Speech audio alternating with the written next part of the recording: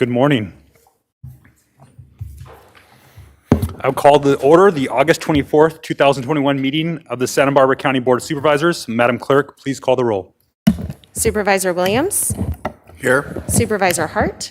Here. Supervisor Hartman. Here. Supervisor Lavanino. Here. Chair Nelson. Here. At this time, please stand and join the board in pledging allegiance to the flag. Ready, begin. I pledge allegiance to the flag of the United States of America and to the republic for which it stands, one nation, under God, indivisible, with liberty and justice for all.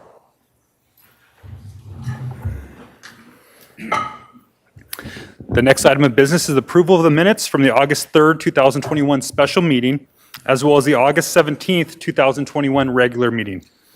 Can I get a motion? Mr. Chair, I'll move approval. Second. Any discussion? Seeing none, all in favor signify by saying aye. Aye. Aye.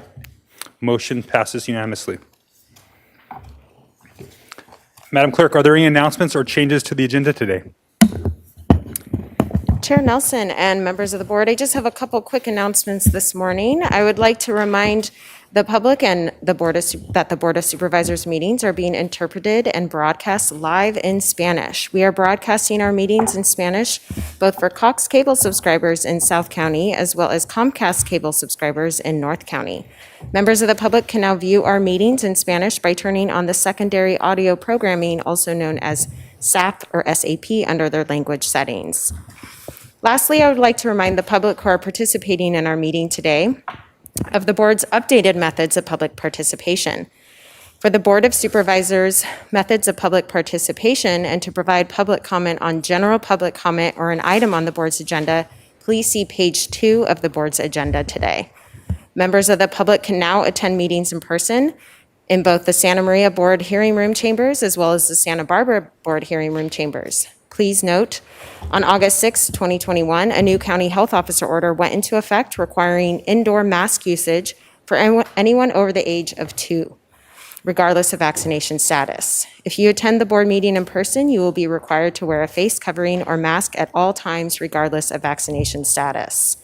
Individuals that would like to provide verbal public comment virtually may do so via Zoom by registering in advance via the link available on page 2. After registering, you will receive a confirmation email containing important information about joining the virtual meeting. Once the chair has announced the item you want to comment on, please join the meeting with the information provided. You will be placed on mute until it is your turn to speak. The clerk will call you by name. When removed from mute, you will hear a notification that your line has been unmuted. If you are using a touch-tone phone, you may need to press *6 to unmute yourself. Again, if you're using a touch-tone phone, you may need to press *6 to unmute yourself. Each person may address the board for up to 3 minutes, and this is at the discretion of the chair. If you have any questions, please contact the clerk of the board's office directly at area code 805-568-2240. Again, if you have any questions regarding this process, please contact the clerk of the board at 805-568-2240. Thank you, and that concludes my announcements today. Thank you, Madam Clerk. Next item of business is the County Executive Officer's Report. CEO Miyasato, do you have anything to report today? Chair Nelson, no report this morning. All right, thank you. The next item is the approval of the administrative agenda. I have items A6 pulled by Supervisor Hartman, and then I've requested A9 and A11 to be pulled, I believe just for comments. Is there any items pulled by the public? Chair Nelson and members of the board, we have no requests to speak on the administrative agenda, but I do have one quick announcement on administrative 9. Okay, we'll get that opportunity when we read that item in the record. So let's go ahead and move to item A6.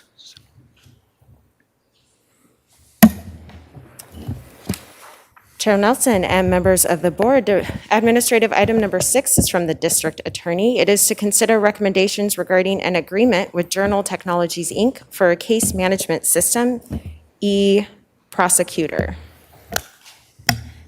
And I pulled that item, and I just wanted to congratulate the DA and her office. This is very exciting to be moving in this direction. Thank you, Supervisor Hartman. And we'll take that item with the totality of all the A items. So thank you. Next item is, I believe, item A9.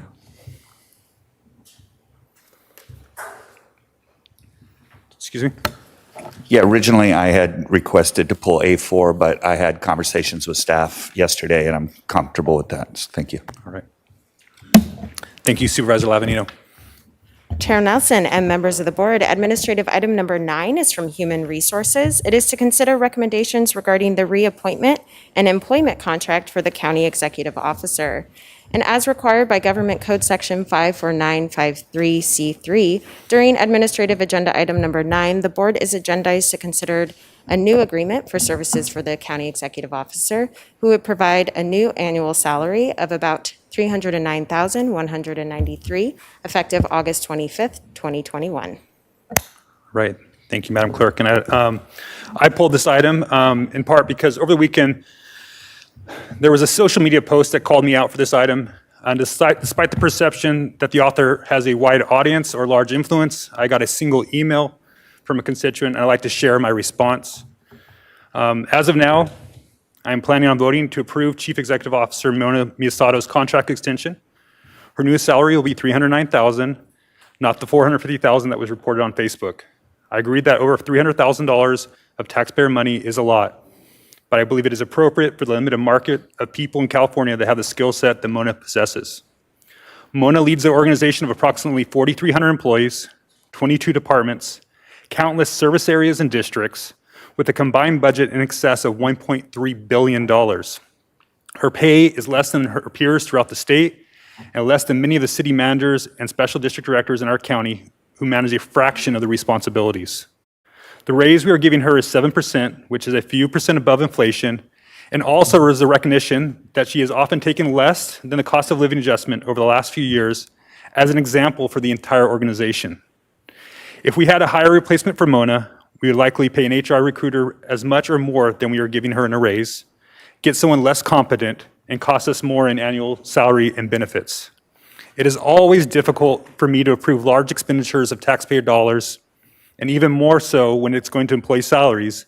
But in this case, I believe it's the most fiscally responsible decision I can make for my constituents. The response I got from my constituent, who is one of my favorites, is she wrote back and says, "I appreciate your honesty and probably would now agree. Glad to know the truth, dislike the fake news, and I'm always happy to be better informed by the source." It is really easy in this day and age to chase likes and shares, or in this case, donations, by telling half the story. In effect, to degrade the people's trust in this board and promote oneself. This board will make mistakes, and many of things that I will disagree with and will disappoint my constituents.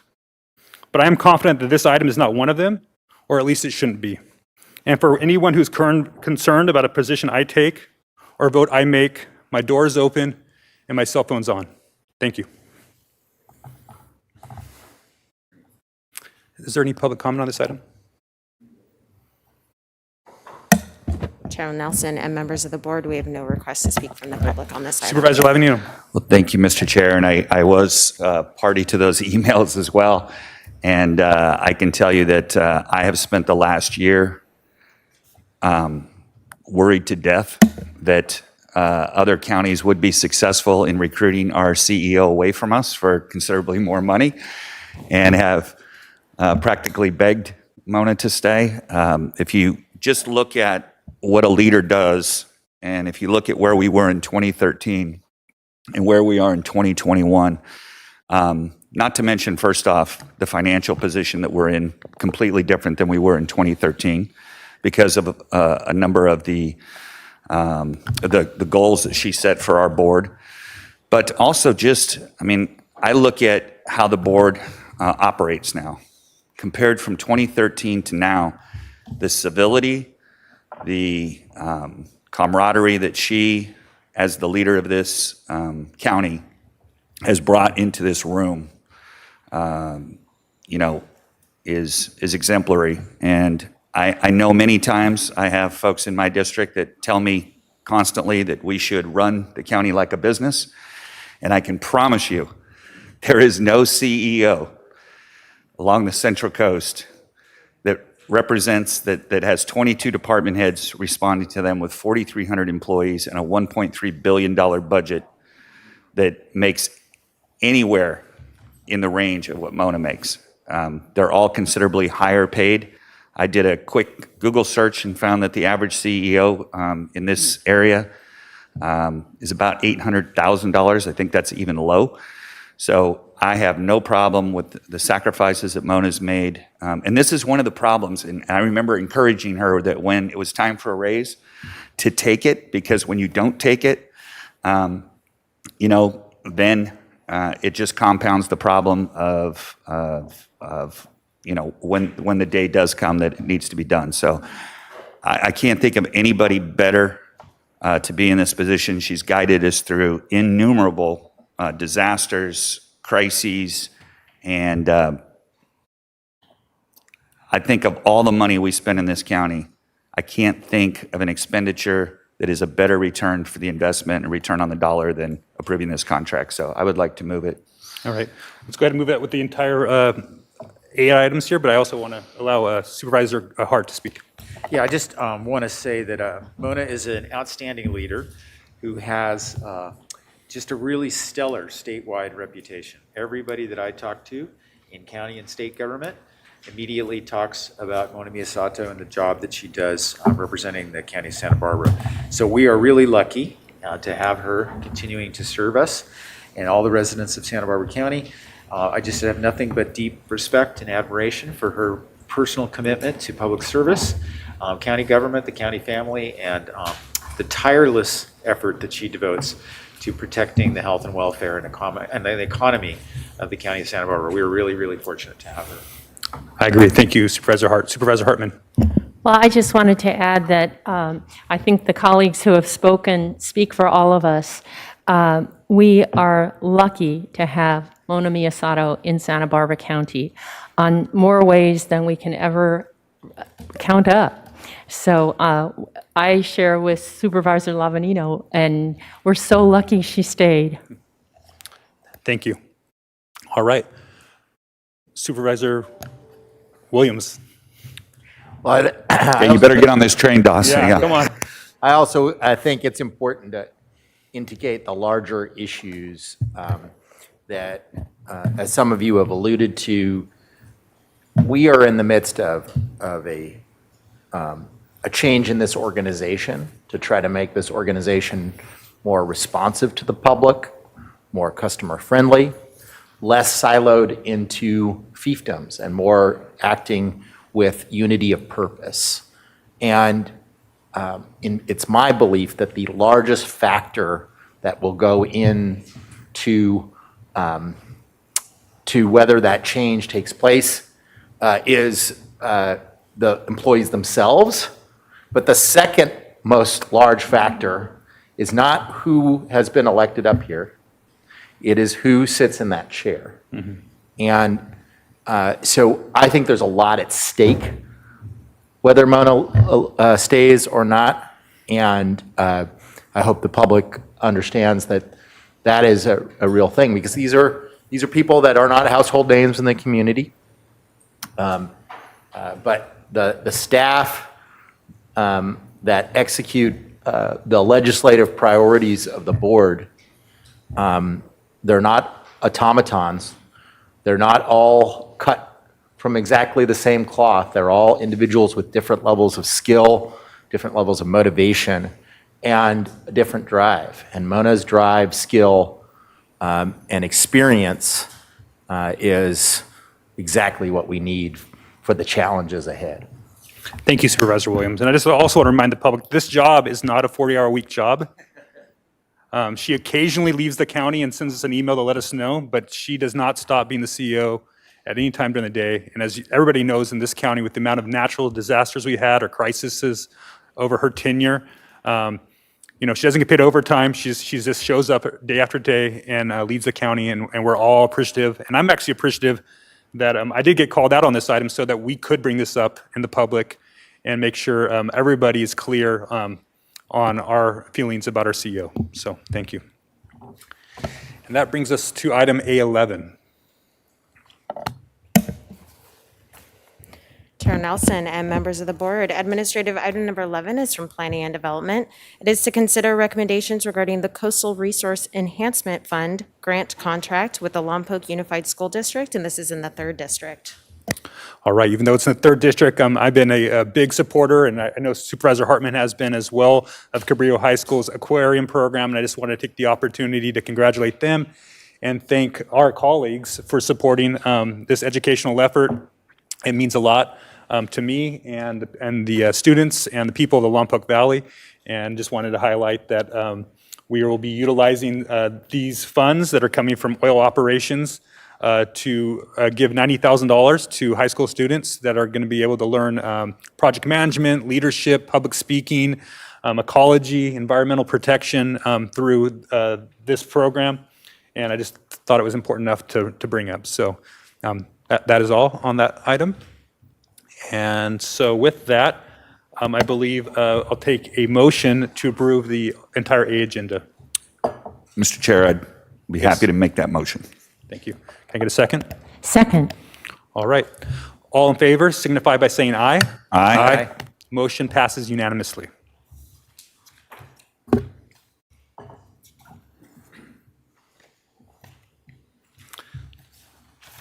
All right, at this time, I'm going to read item A25 into the record. I've got a couple of resolutions as well, right? Okay. Thank you, Madam Clerk. Chair Nelson and members of the board, administrative item number 25 is sponsored by Supervisor Nelson. It is to adopt a resolution proclaiming August 2021 as Child Support Awareness Month in Santa Barbara County. And joining us via Zoom today, we have Joni Maiden, Director of Child Support Services. And I will go ahead and read the resolution into the record. Thank you. Whereas Child Support Awareness Month underscores the critical importance of supporting families and connecting them with the vital resources they need to get by, especially amid the unprecedented pandemic challenges faced over the past year. And whereas research conducted statewide reveals that many California parents are unaware of the programs available for their benefit through child support services, and thus parents are encouraged to get the facts as services are more flexible and responsive to the needs of modern families than ever before. And whereas Santa Barbara County Department of Child Support Services served over 11,000 child support cases in 2020, collecting and distributing nearly $32.5 million in support to families and children. And whereas Santa Barbara County Department of Child Support Services is available virtually and in person to assist single parents and their families with improved services that expand eligibility and access for those in need. And whereas throughout the month of August, the department is conducting virtual informational sessions in both English and Spanish about child support services, child support debt reduction, and order modifications. And whereas Child Support Awareness Month serves as a reminder that a single parent does not mean alone. Both parents and child support professionals are working together to ensure a bright future for California's children. And now, therefore, be it hereby ordered and resolved that this Board of Supervisors proclaims August 2021 as Child Support Awareness Month in Santa Barbara County, passed and adopted today. Thank you. Before I go to Ms. Maiden, I'm proud to be able to sponsor this item. Child Support Services is one of those departments in our county that's often not noticed, but has a significant effect on the lives of many of the children and families in our county. This is a department that's been innovative and efficient and effective, and I want to congratulate and recognize Ms. Maiden in that department. Ms. Maiden?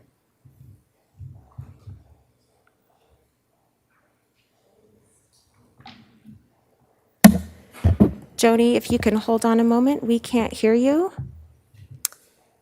Hold on just a moment, please.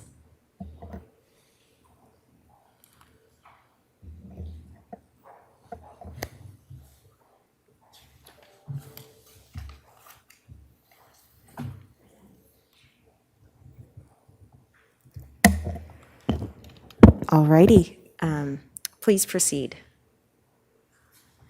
Oh. Joni, I'm sorry, we're having some technical difficulties and we're checking it on our end. Thank you.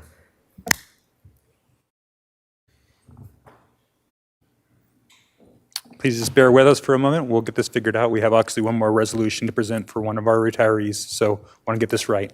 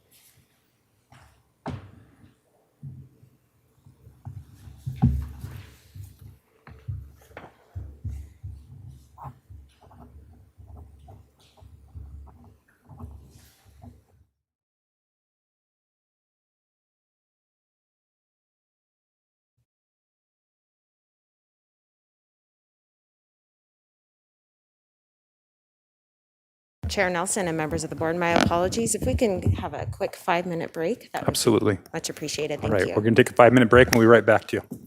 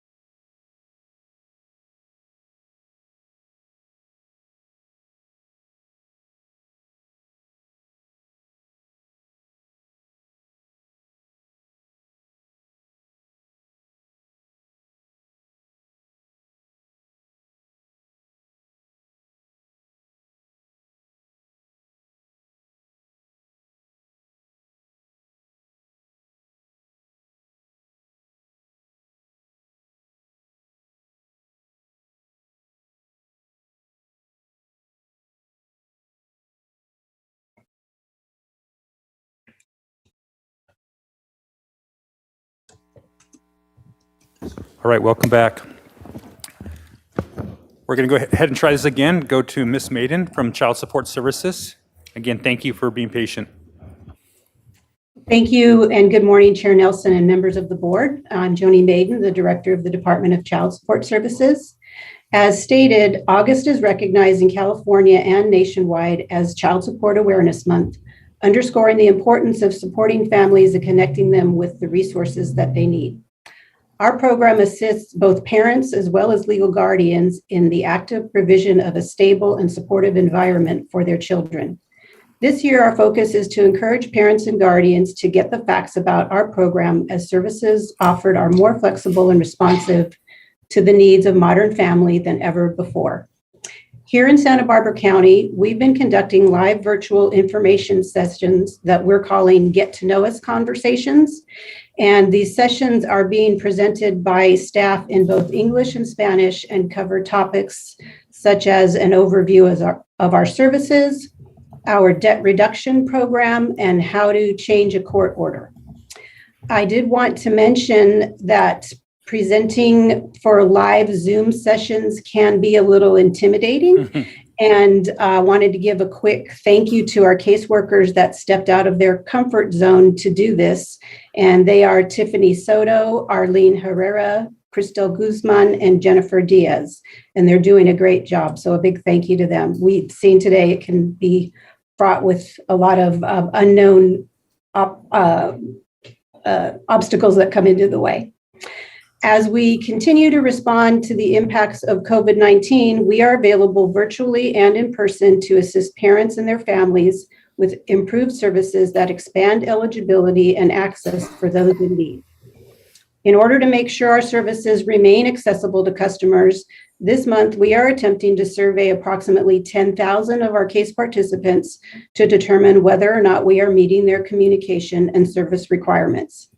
And although we are using Child Support Awareness Month to kick off all of these initiatives, we will continue promoting them so that we remain informative, responsive, and supportive to the families in need. For the 11,000 cases we manage today and for those we help to serve in the future. Thank you. Thank you, Ms. Maiden. We look forward to having you join us again next year in person to celebrate this month. Thank you. All right, that brings us to item number A26. Madam Clerk, will you please read that resolution? Chair Nelson and members of the board, administrative item number 26 is sponsored by Supervisor Nelson.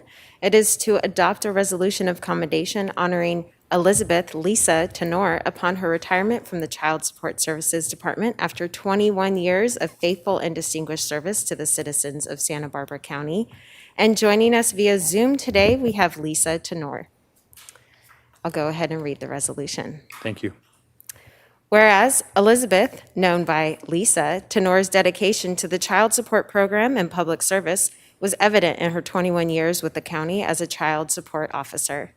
And whereas Lisa's extensive knowledge of the child support program, work ethic, and excellent customer service were instrumental in managing the post-order early intervention caseload. And whereas Lisa brought her passion for the child support program to work every day as she assisted the community with establishing parentage, obtaining court orders for child support for children, and providing the utmost in quality customer service. And whereas Lisa was known for her problem-solving skills and frequently provided input on improving processes within the department. And whereas Lisa will be remembered as a helpful coworker, always with a smile on her face, for representing our department with kindness, compassion, and professionalism, and for planning great office celebrations. Now, therefore, it is hereby ordered and resolved that this Board of Supervisors commends Lisa Tenor for her faithful and distinguished service to the citizens and particularly the children of Santa Barbara County, congratulates her upon her retirement, and wishes her many years of continued good health and happiness and time with her beloved family, past and adopted today. Thank you. Thank you.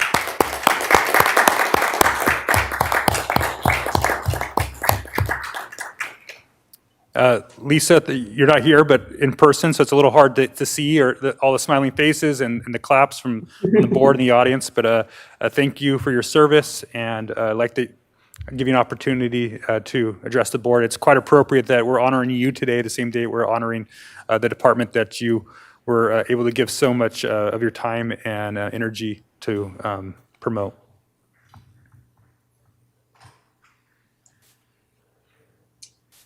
Thank you. So this is Joni, Chair Nelson, and members of the board. If you are okay, I wanted to say a few words about Lisa before she speaks. That'd be great. Thank you. Thank you. Again, Director of the Department of Child Support Services, and I just wanted to acknowledge the hard work and dedication that Lisa devoted to our program and the community. I first met her in 2002 when I was fortunate enough to be her direct supervisor in our Santa Maria office. And at that time, she was managing an early intervention caseload. And it was a new caseload designed with the intent to get newly opened cases moving in a positive direction. She helped develop the process for managing it, talking at length with participants to fully explain the program. And she developed the mechanisms to track the data and stats and closely monitor cases for compliance and quickly take appropriate actions. Through the years, she definitely managed a few different caseloads covering a variety of functions. And before she retired, she was managing an enforcement caseload, collecting child support pursuant to a court order that was established for the case. Lisa is bilingual, and her caseload of almost 600 cases was compiled of both English and Spanish-speaking cases. And in fiscal year 2020, she collected almost $2 million in child support. Without a doubt, those stats provide a glimmer of the outstanding performance she consistently put forth, but they don't illustrate her caring nature. She often did whatever she could to help those in need. And in our office, she started a food drive program. She was part of a team of caseworkers that annually collaborates with CASA, donating gifts for children during the holidays. And she's a gifted party planner and was an organizer of many of our internal office celebrations and did an excellent job at that as well. I can't thank her enough for all the years of service she gave to our office and program, and I know her contributions to the community will continue. I wish you all the best in your retirement, Lisa, and we're going to miss you. Thank you, Ms. Maiden. Lisa? Thank you. Thank you. Thank you, Joni. Thank you, everyone. I'll just make it short and sweet. I'd just like to say that working at DCSS and helping people in our community was extremely rewarding. I appreciate all that I learned and all the support from my coworkers who became my family. I miss you all. I miss the work. Believe it or not, I do. I miss helping people, but it's just time for my new chapter, and I appreciate the recognition. So thank you. Thank you, Lisa. Thank you for your service.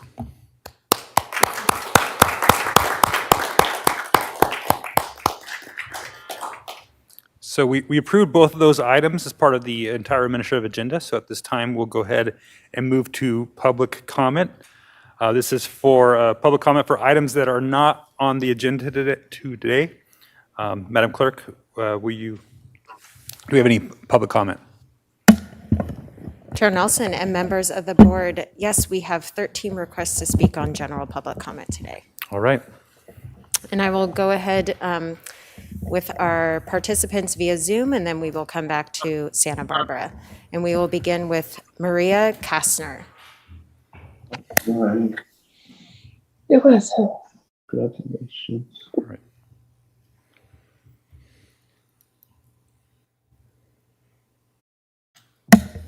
Maria, you can go ahead with your comments. Hello, can you hear me?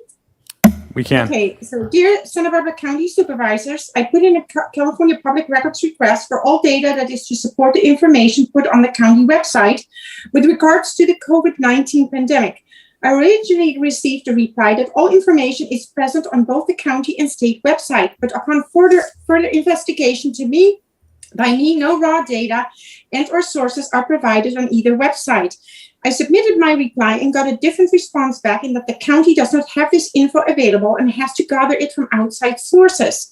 17 months into this pandemic, and the county cannot provide its foundational evidence for the current pandemic. It makes claims daily, yet when questioned on how it comes to those conclusions, it's incapable of providing the evidence. Yet we have supervisors who dare to label any public dissent and are questioning fake news. Yet these supervisors, with Gary Hart being a prime example, never have rebutted any claims made by the public, which he deemed false. The fact that a COVID case is now someone who tests positive on a deeply flawed PCR test, which creates many false positives and was not intended as a diagnostic tool for COVID-19, is highly troublesome. As I stated last week, and I quoted the FDA source. Also, the COVID count by many counties around the country has been rather dubious and contributed to many false outcomes. As my father-in-law, who was a statistician for the government and contributed to determining the maximum alcohol content while driving under the influence in this country, give me your desired outcome and I will create the parameters. We need answers and rigorous examination of your facts which shape this county's COVID policies as to hold you accountable to your actions. Thank you for your time. Thank you. All right. Couple of things just for agenda management and for the decorum of the board. We don't do clapping. We do the hand waving here. It's a tradition for a long time. You're glad to show your support in those ways. We just like to keep the meeting moving along. It's something that we've done for many years here. As far as public comment is concerned, and this is for all anybody who signed up for public comment today, this general public comment is for items that are not on the agenda. If you're here to speak about COVID-19, you're going to speak on item D1. So there's a difference there. Glad to hear from you. Glad you're here to to speak to us. We will be here to listen. But just for the agenda management and for the order of what we're trying to do here, if you would just delay your comments to that, and then we'll be able to hear from you at that time. So moving on to the next public commenter. We will now go to Grace Wallace to be followed by Andy Caldwell.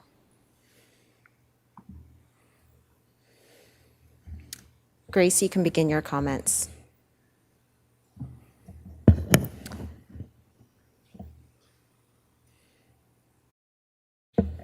Grace, I see you have just unmuted yourself. You can proceed with your comments. Thank you. Okay. It looks like it's going to be on COVID, so I'm going to wait till D1. Thank Right. you. Thank you, Ms. Wallace.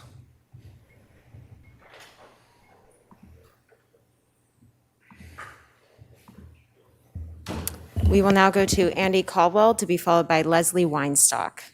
Right. Andy? Mr. Caldwell? Chair Nelson, members of the board.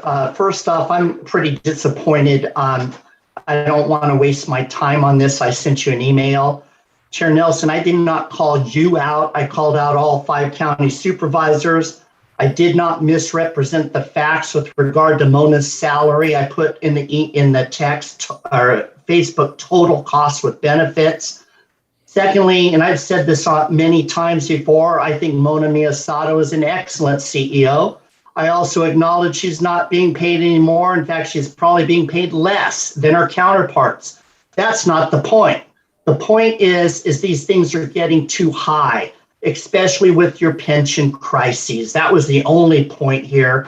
In fact, on yesterday's show, we specifically compared her to Paul Casey, who had a much smaller staff and a much smaller budget. So I'd appreciate it if you're claiming somebody is misrepresenting you, don't misrepresent them. The thing I wanted to talk about today is the oil spill in Toro Canyon. Why hasn't this been a departmental item? You hit it, you put it on the A agenda back in May, and then the newspapers say in August there was a leak. But back in May, you were told that there was a leak, there was a problem. The question: who was going to clean it up? Who has responsibility? Who didn't get the right permit? Here's the deal, folks. Accidents happen.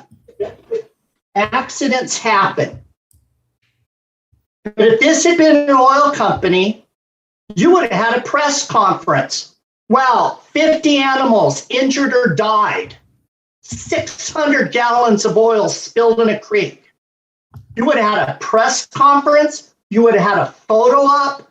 and you would have called for prosecution. But now the government is somehow responsible for not maintaining this leak. Buried on the A agenda back in May, goes into closed session in August, and then somehow the press gets this idea that all of this happened in August, when you guys knew 3 months ago. And in fact, according to your staff report, the accidents to the structure, one of them was a leak, but some of the other things happened in 2017 and 2018. If this had been Greca, you would have been calling to shut him down. A truck driver, for crying out loud, got prosecuted for a wreck. Double standards. You either are completely care about the environment or you use these things for political purposes against the oil industry. Which is it? Departmental item, please. Thank you, Mr. Caldwell. That is your time. We will now go to Leslie Weinstock to be followed by Katie Mickey.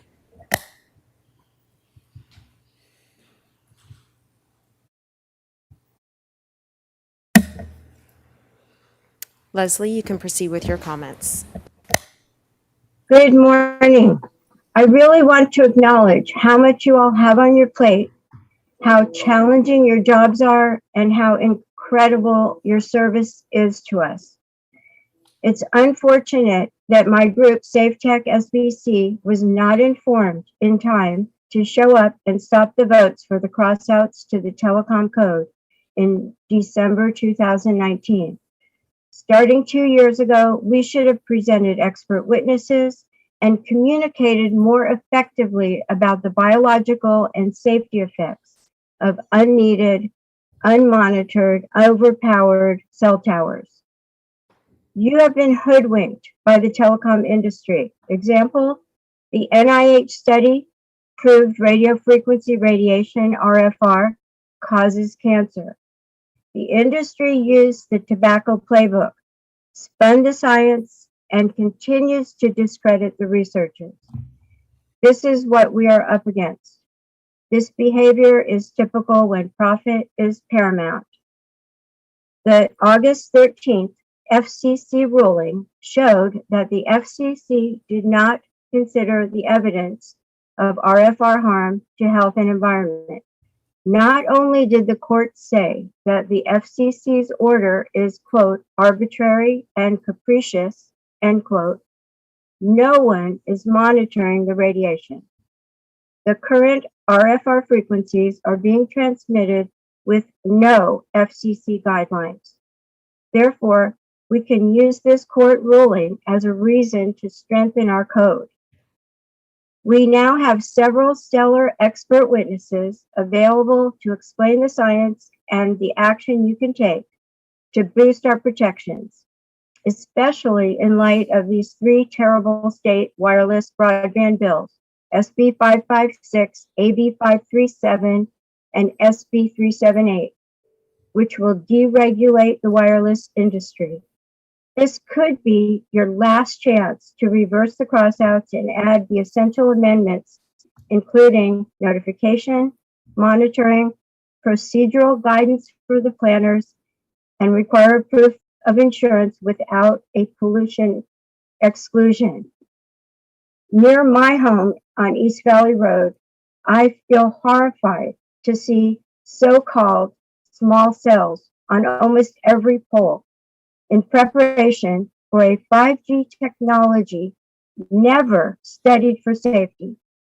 Please meet with us and our experts to hear new information, work together to brainstorm solutions, boost our local authority, and prevent injury lawsuits from your constituents by this reckless disregard of harm to public safety and the environment.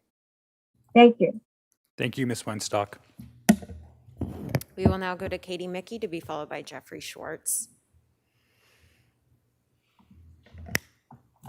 Ms. Mickey, when you're ready.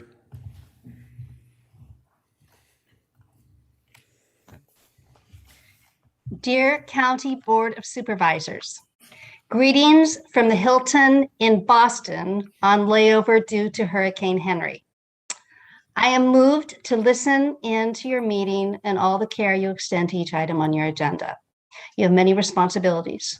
A primary one is to keep us safe in Santa Barbara County. A week ago Friday, the 9th District Court of Appeals in DC ruled that the guidelines set by the FCC in 1996 are unsafe. The wireless small cell antennas lining our neighborhoods and commercial neighborhoods are no longer deemed safe by the 9th District Court of Appeals. The FCC has been ignoring mountains of evidence from peer-reviewed studies that conclude that the current exposure limits cause harm. In these studies, they have demonstrated that these exposure limits cause cancer, lowered immune response, and neurological damage. Furthermore, no one is monitoring the transmission levels to be sure that they are even within the limits of the current exposure levels. So in December 2019, as Leslie has pointed out, our county crossed out two great protections in our code, which were proof of significant gap in coverage and restriction from placement in residential neighborhoods. These small cell antennas are not safe for many reasons. The exposure levels for radiating frequency radiation are too high. They are also combustible. Malibu has incurred 2 horrific fires due to combustion from cell antennas and down power lines. Powering these small cell antennas greatly increase greenhouse emissions, contributing to climate change. Are they essential? No. Macro towers in the mountains can meet our county's broadband needs and keep our residential and commercial neighborhoods safe. For the past 31 years, as director of the Santa Barbara Body Therapy Institute, I have trained the bulk of the massage therapists that fill our spas and chiropractic offices. My job has been to keep the public safe. I am honored to do so. My request is that in light of the 9th District Court of Appeals ruling that the crossouts of December 2019 be reconsidered, I request that the county supervisors, the county attorney and planning department meet with Safe Tech for Santa Barbara County to discuss revisions of the county code. Thank you for your consideration. Thank you, Ms. Mickey. We will now go to Jeffrey Schwartz, and then we are going to return to Santa Barbara for Tristan Strauss. Mr. Schwartz, when you're ready. Can you hear me? We can. Okay, this is not about a topic in particular that's on the agenda. This is about genocide and the history of genocide in this world. The so-called stages of genocide is a scholarly analysis of mass genocides that have taken place during the history of the world. This analysis has been presented by academics to the U.S. Department of State in scholarly papers by university professors.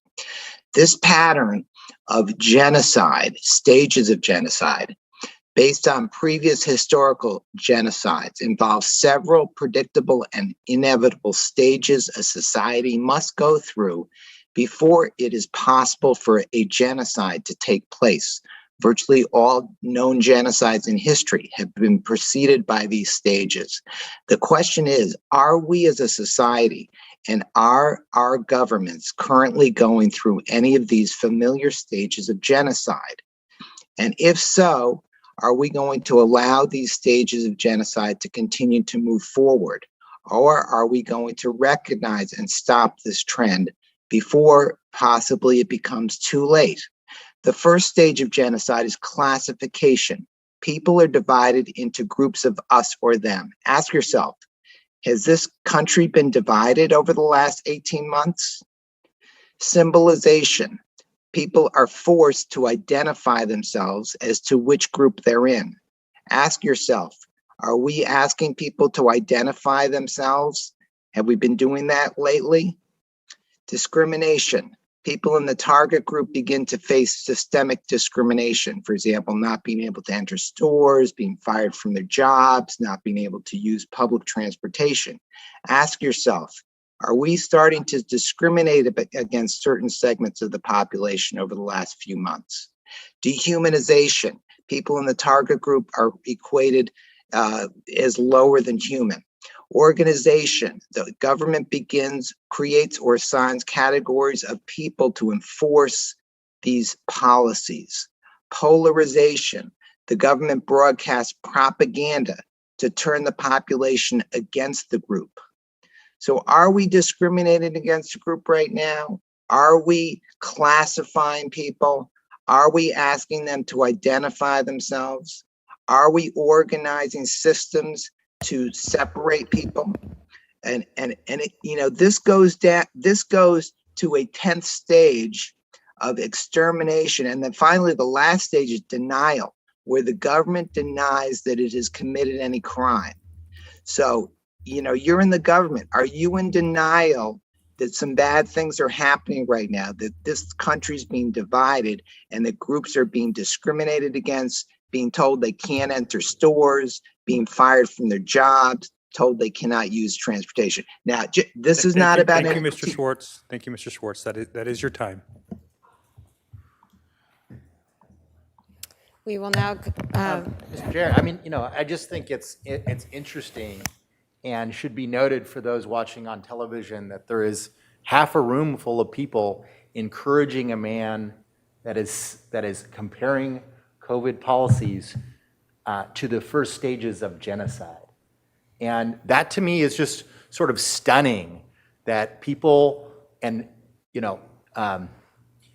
all the peoples that have endured oppression, tyranny, and genocide, it is such a devaluation of those things to have people compare wearing a mask to the systematic killing of other human beings.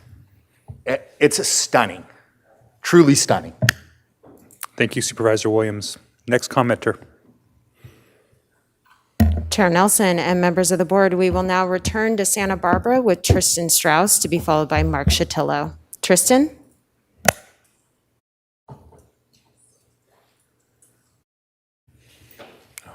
Honorable Chair Nelson and Board of Supervisors, my name is Tristan Strauss. I'm the CEO and founder of Headwaters. Slightly less intense topic than the previous discussion, but we have several approved and pending cannabis cultivation projects in Carpinteria at Headwaters. We are currently one of the largest greenhouse cultivators in the state, and we are the largest wholesale distributor in the state currently today. But I'm here as the past president of Carp Growers to announce that we have reached a historic agreement with the Coalition for Responsible Cannabis.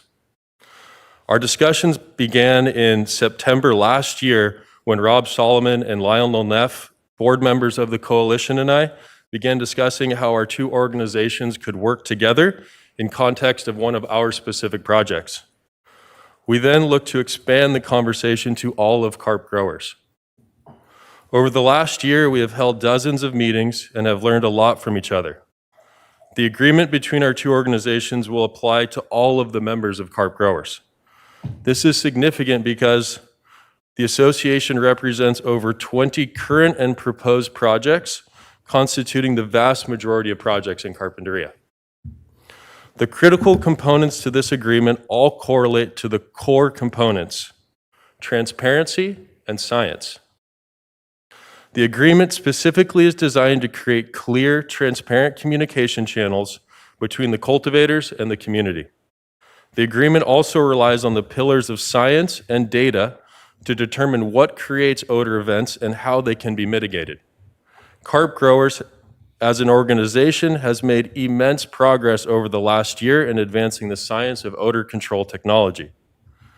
The agreement will hold the growers accountable to solving odor issues with data, testing, monitoring, and best available control technology. Our members have also agreed to an expansive tiered response program in exchange for the support of our projects by the coalition.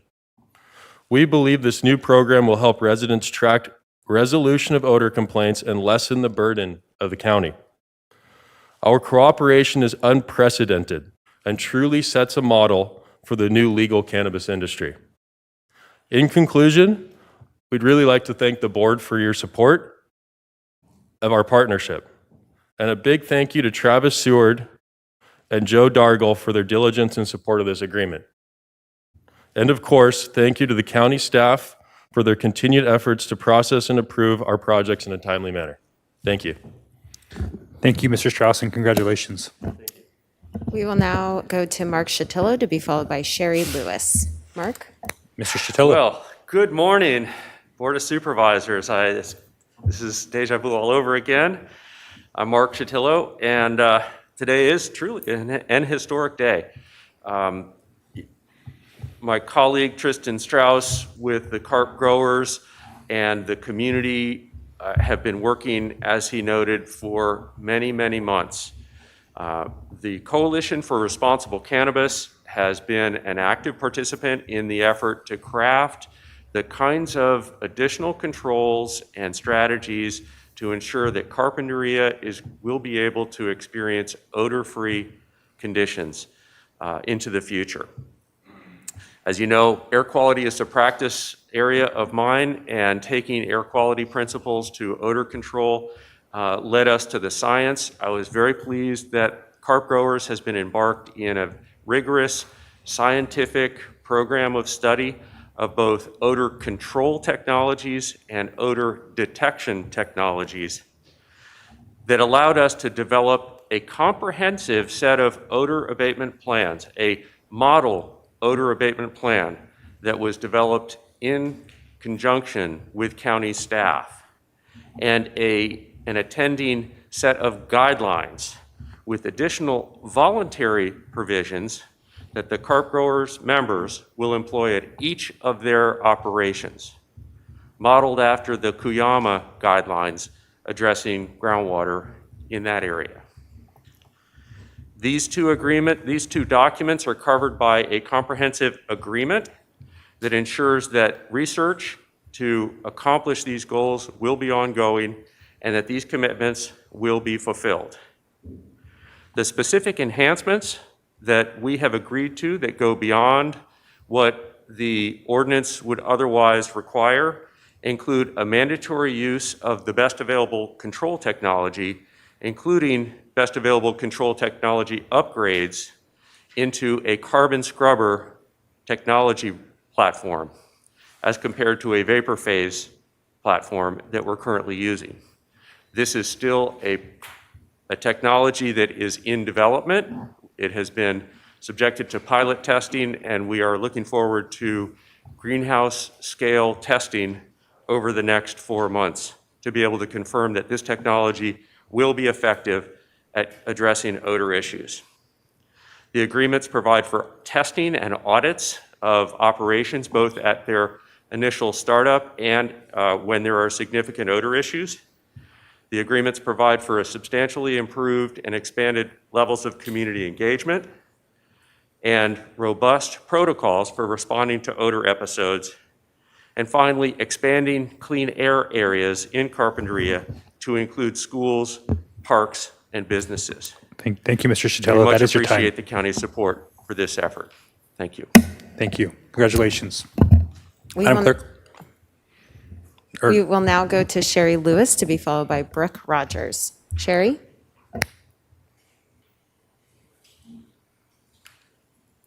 Hello, Chair and members of the board.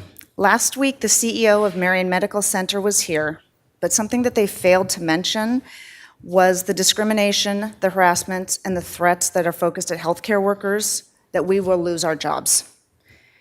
I want you to join me on a journey. As a frontline worker that's been working in the hospital since the inception of this pandemic, I went to work not knowing if I would die or if I'd bring this virus home to my family in order to support my community.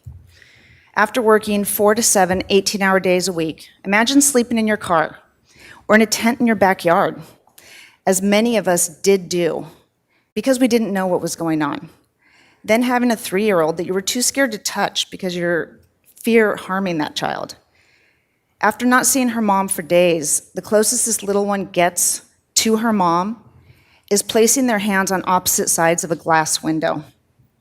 Now that same mom is being told that she's going to be fired in a few weeks for not injecting a drug into her body that the CDC has already stated does not stop infection, does not stop the spread of the disease, and you're not guaranteed that you won't die.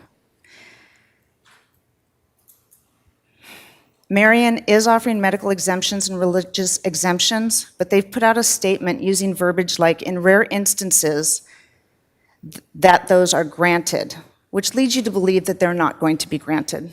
Mayo Clinic is actually offering same exemptions, but they also offer a declination so as not to discriminate those who have no religious beliefs. They don't say that their exemptions are rare.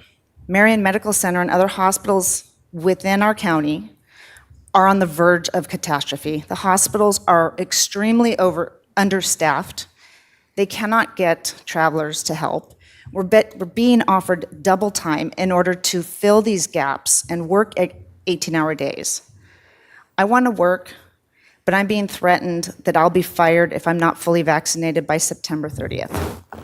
Yesterday, we held a rally here in Santa Maria where 300 hospital staff and your constituents stood in support of us, hospital staff for freedom of choice. If the hospitals cannot handle the influx of patients now, what will happen to the communities that you serve when the hospitals get to that vaccination deadline and staff is dismissed? Hundreds of employees are prepared to stand up for their personal autonomy and exercise our constitutional rights. If that means losing our jobs, unfortunately, we're prepared to do that. We want to serve our community. That is what we were born and bred to do. At Marion, the Vice President for Medical Affairs expressed his frustration to a nurse, stating that 30% of the hospital was not vaccinated. So if 20 to 30% of those hospital workers are let go, who will be left to care for the patients? Are you willing to sacrifice the safety and the members of your community, risking the health and safety of every single person that's here? We as hospital workers want you, our elected officials, to stand up for us. You need us to support our community and to be there for the members of the community. The staff is strong, and we're getting prepared to move on and exploring options, since there are so many open jobs right now that we can fill in order to pay our bills. Thank you, Ms. Lewis. That's your time. I'm sorry I went a little over. Again, that was definitely going towards more of item D1. I did allow it to continue in public comment because it was response to something that happened last week, but I would prefer that we keep more of our COVID discussion to D1. I'm glad to hear from all of you, and I would like to. I just like to try to keep our meeting going in somewhat of an orderly fashion if I can. So with that, Madam Clerk. Perhaps since there might be some people who are unfamiliar with the procedures, you would ask people ahead of time if they really meant to speak to D1. Again, I'll leave it to all of you. Please speak to, if it's COVID related, it really should stick to D1. Again, you have this opportunity to speak on it, and I want to make sure that you guys get your opportunity to have your say in a public forum. I do not want to discourage that in any way, so I just want to make sure, but I want to do it in an orderly way. And so if we can do it during D1, that would be the ideal situation. But thank you, Ms. Lewis, for your comments.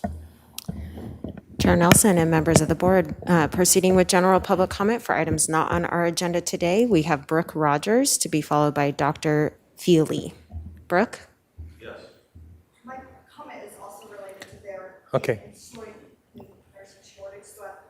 I would prefer to hear you in D1. I think it'd be a little bit more together at that point. So if you don't mind waiting.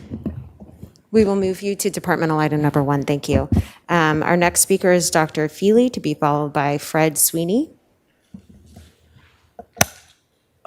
Chairman and the board, thank you for having me speak.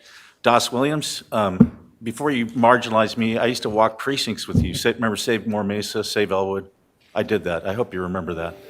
So don't look at me and say, I'm some one-off, But anyway, Chair, I'm not attempting to marginalize anyone and respect people who disagree, but comparing things to genocide is, in my view, okay, well, give me my experience.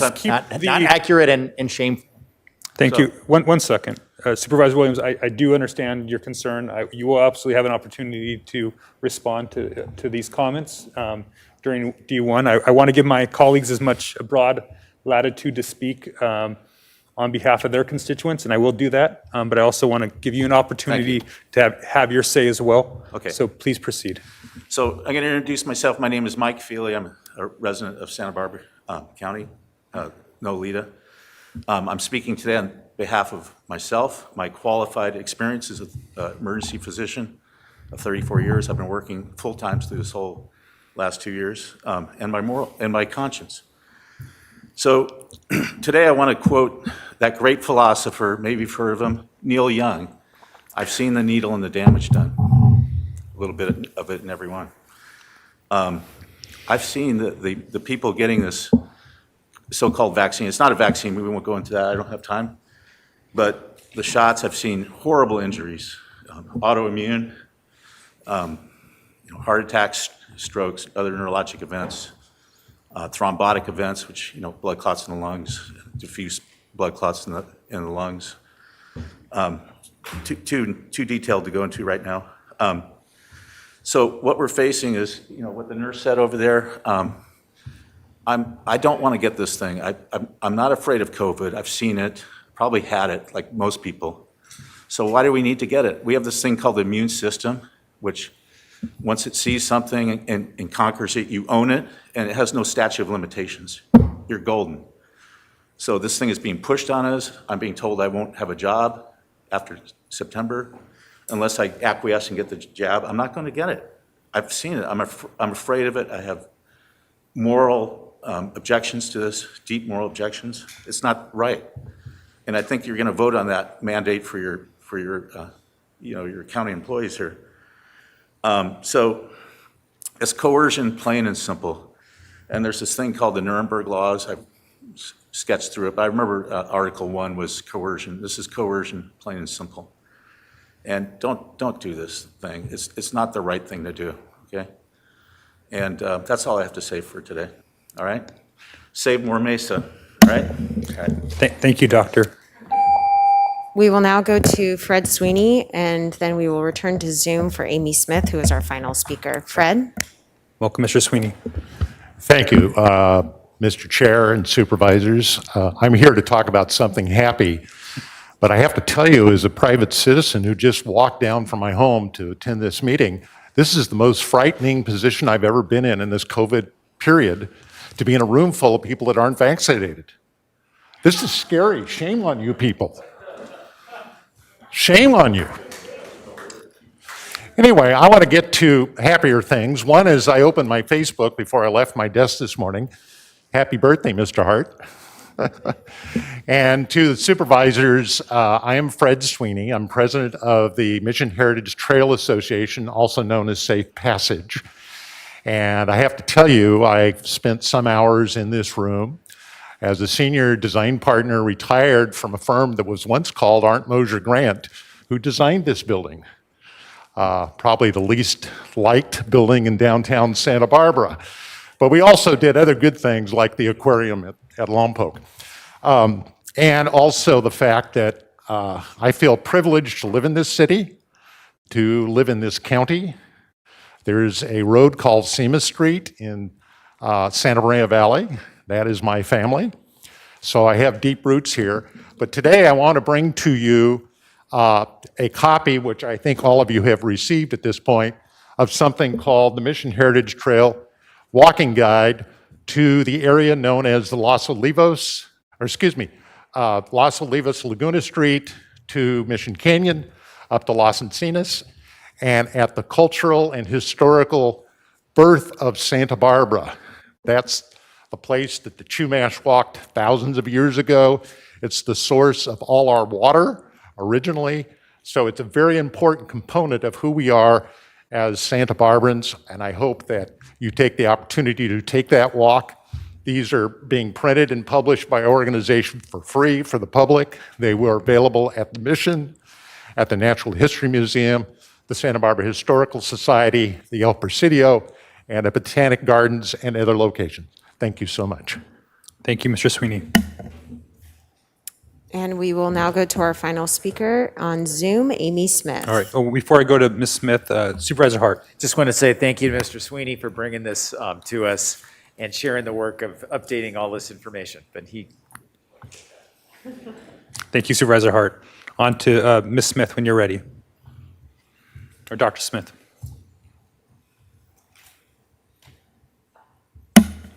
And Amy, if you can go ahead and unmute Sorry, yourself. I just saw it. Can you hear me now? We can. Can you hear me? Yes, Amy, please proceed with your comments. Thank you. Great. Thank you.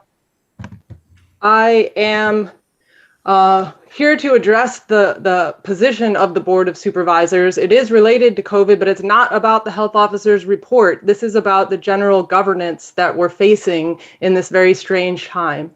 So Supervisor Nelson last time had the lawyer explain that there's a separation of powers between the Board of Supervisors and the Board of Health. But I would just like to remind you that we are supposed to be in a government of the people, by the people, and for the people.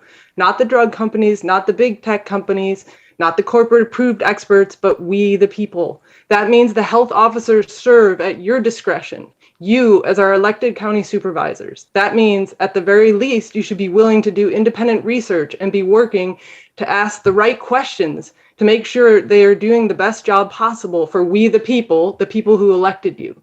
It was very disappointing, but stating the obvious when Supervisor Hart said at the last meeting he wasn't interested in listening to individuals from the public, but it is we the people who make up the public and that you are accountable to, not to Pfizer, not to Moderna or Johnson & Johnson, not to Google or Twitter, not to unpopular governor who dined maskless in luxury while people lost their livelihoods under his shutdown policies, and not your political party. We are the ones who are free to give honest and independent opinions, unlike your health officers and doctors in corporations like Cottage Hospital, who work in a field that is nearly entirely captured by big pharma. Please read Ben Goldacre's book, Bad Pharma: How Drug Companies Mislead Doctors and Harm Patients, to find out how big pharma has captured regulation such as by the FDA, captured medical education, captured medical research, captured medical publishing, captured mainstream media through being one of the largest ad customers, and captured legislators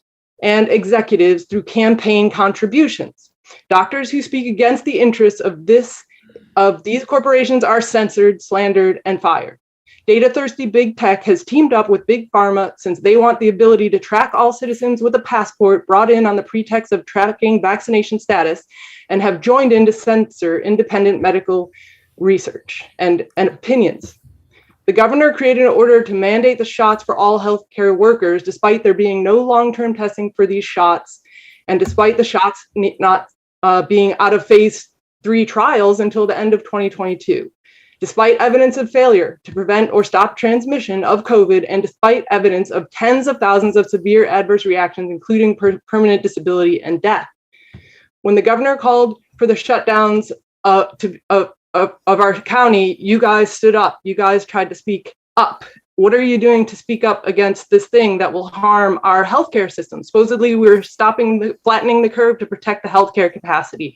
So now is the time to stand up for us. Thank you. Thank you, Ms. Smith. That is your time. And that was our final speaker. All right. Thank you, Madam Clerk. At this time, we'll be moving along to our departmental agenda. The next item up is departmental item 1. Madam Clerk, will you please read that item into the record? Chair Nelson and members of the board, departmental item number 1 is from the County Executive Office. It is a hearing to consider recommendations regarding an update on the coronavirus disease 2019, COVID-19. All right. Before we get into that, this item, Madam Clerk, do we have public commenters on this item?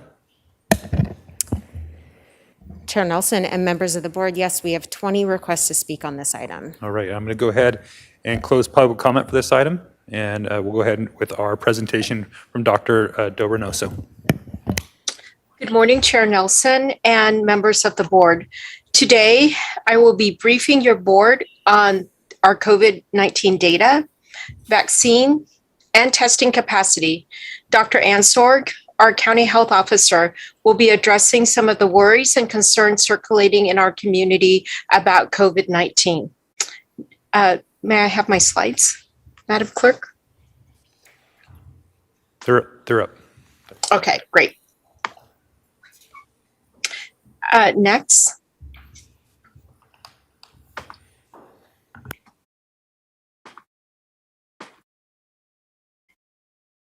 As of August 14th, cases were 3.9 times more likely to be unvaccinated than vaccinated. The countywide case rate was 22.8 per 100,000. But when we drill down, we see that the case rate is 37.3 per 100,000 among unvaccinated individuals and a low of 9.5 per 100,000 among vaccinated individuals. And we're continuing to see this great divide. Next. This chart compares the case rates of San Luis Obispo County, Santa Barbara County, and Ventura County. All three counties had similar case rates on July 23rd. SLO at 12.1, Santa Barbara County at 12.1, and Ventura at 11.2. On August 13th, we see that SLO had a case rate of 36.1 per 100,000. That's roughly a 200% increase over 4 weeks, followed by Ventura with a case rate of 27.4, which is about a 145% increase, and Santa Barbara County with a case rate of 25.1 per 100,000, which is about a 107% increase. In addition, the table on the right compares the current vaccination rates between the three counties, with Santa Barbara at 63.7%, Ventura at 67.1%, and SLO at 59.7%. We think that the health officer order requiring universal masking indoors, in combination with adherence to safety precautions and vaccination rate, is having a positive impact on our case rate. And hopefully we'll begin to see that for the region as a whole, now that SLO has a strong recommendation for universal masking indoors, and Ventura just issued their requirement last week. Next. This is a snapshot of our county by the numbers. We have, as of yesterday, new cases, 83. And this is down from a 2-week average of 120. We reported 1 new death. We currently have 708 active cases. This is a 3% increase from a 2-week average of 690. We currently have 77 individuals hospitalized, and of that, 15 are in the ICU. And this is a 38% increase from a 2-week average of 56. Total cases in our county stands at 38,302. Total deaths at 473. Our case rate as of August 19th is 21 cases per 100,000, and total testing positivity at 7.7. Next. This is both a historical depiction of our hospitalizations as well as the current state. The top chart shows our hospitalization since the beginning of the pandemic, April 2020. And as you can see, we last experienced a surge during the summer with 89 hospitalized at the end of July, so roughly July 29th. And then the winter surge following had the highest number of hospitalization at 211 on January 12th. So that's the biggest bump or curve in the middle of the graph. The bottom chart is a zoomed in look of our hospitalization from July 2021 to current yesterday, August 23rd. As our cases are climbing, we're now seeing our hospitalization increasing as well. So our hospitalization rates have increased from 35 to 77 if we look at it from a 2-week period. So if we look from August 9th to August 3rd, this is a 120% increase. And with regards to ICU rates for the same period, August 9th through the 23rd, we're seeing a 200% increase. So going from 5 cases to 15 cases. I'd like to note that the percentage of ICU beds used per number of hospitalization really parallels with the previous surge last year when we saw numbers increasing in December and January. And if hospitalization continues to follow the same trajectory, we anticipate hospitalizations to increase and peaking perhaps in 5 to 6 weeks. Next. As I mentioned last week, when our cases increase, we worry about the capacity of our hospital system. And again, not only to care for COVID-19 patients, but for all the other patients with critical medical needs as well. Currently, we have 67% of the hospital beds in use, which means that we are in the red zone since we have less than 35% bed capacity. We currently have 79% of our staffed ICU beds in use. For this metric, we're 1% away from being in the red zone, which is when we have less than 20% available. We are monitoring hospitalizations closely, and per state health officer order, we are also in conversation with other hospitals in the region as they approach full capacity as well. Next. With regards to COVID-19 hospitalization from available data for May, June, and July, we've had 100 hospitalized due to COVID-19. 88% were vaccinated, 88% were unvaccinated, and 12% were vaccinated. With regards to the 12 hospitalized patients who were vaccinated, we are looking into the demographics and the circumstances as well. Next. With regards to vaccination rates, as of yesterday, we have 64% of eligible Santa Barbara County fully vaccinated. So this means that there remains 139,758 eligible Santa Barbara County residents who are yet to be vaccinated. And another way of looking at this is 1 in 3 eligible persons in Santa Barbara County is unvaccinated. Next. Current outbreaks. Currently, we have 49 active outbreaks that our public health team is monitoring to mitigate the spread. We have 12 outbreaks in businesses, we have 10 in schools, and we have 27 in congregate living facilities. Next. And again, we have reached a huge milestone in this pandemic, as you may have heard yesterday. On August 23rd, the Pfizer vaccine received full approval from the Food and Drug Administration, or FDA, for patients ages 16 and older. So full FDA approval is largely based on how effective a vaccine is over a longer period of time. At this time, Moderna has also applied for full approval based on their ongoing research into the vaccine's long-term effectiveness. The review process is still ongoing, and they anticipate approval shortly.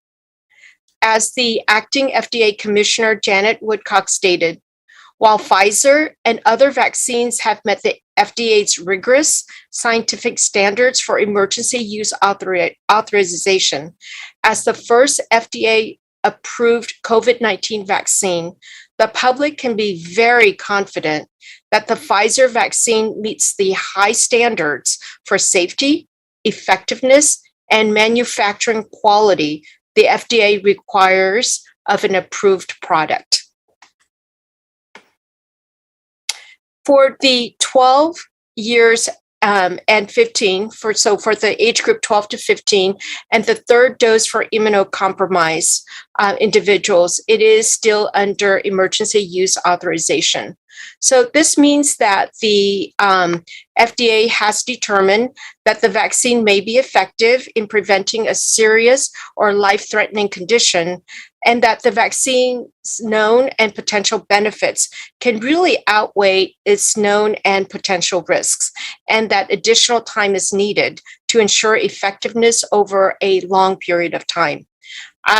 As you are aware, vaccines are tightly regulated in the US and go through an extremely rigorous evaluation process to ensure safety and effectiveness. The FDA has strict protocol that outlines very specific safety, effectiveness, and study requirements for drug and vaccine manufacturers to follow. These requirements must be met in order to pursue approval, including emergency use basis. So when there is an emergency such as global pandemic, the FDA can issue an emergency use authorization, or EUA, to provide more timely access to critical medical interventions when there are no other available alternatives. Available COVID-19 vaccines have been determined safe and highly effective in preventing COVID-19 by the FDA. And just to further reassure the public, additional precautions were taken to validate the vaccine's safety and efficacy.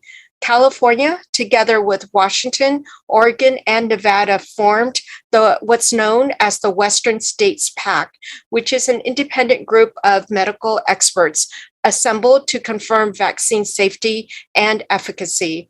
And the COVID vaccines available today received the green light from this independent group of scientists and doctors following their FDA emergency use authorization. Anticipated increase in vaccine uptake due to approval status. As we have heard, for some, the FDA approval of a vaccine may now instill additional confidence to get vaccinated. Approval may reassure some people who are hesitant about the vaccine. A national poll in June indicated that 31% of unvaccinated people indicated that they would be more likely to get a COVID-19 vaccine once one receives full approval from the FDA. So what this means is that hopefully about 42,000 to 43,000 people in Santa Barbara County may be ready to get their first vaccine shot soon. Next.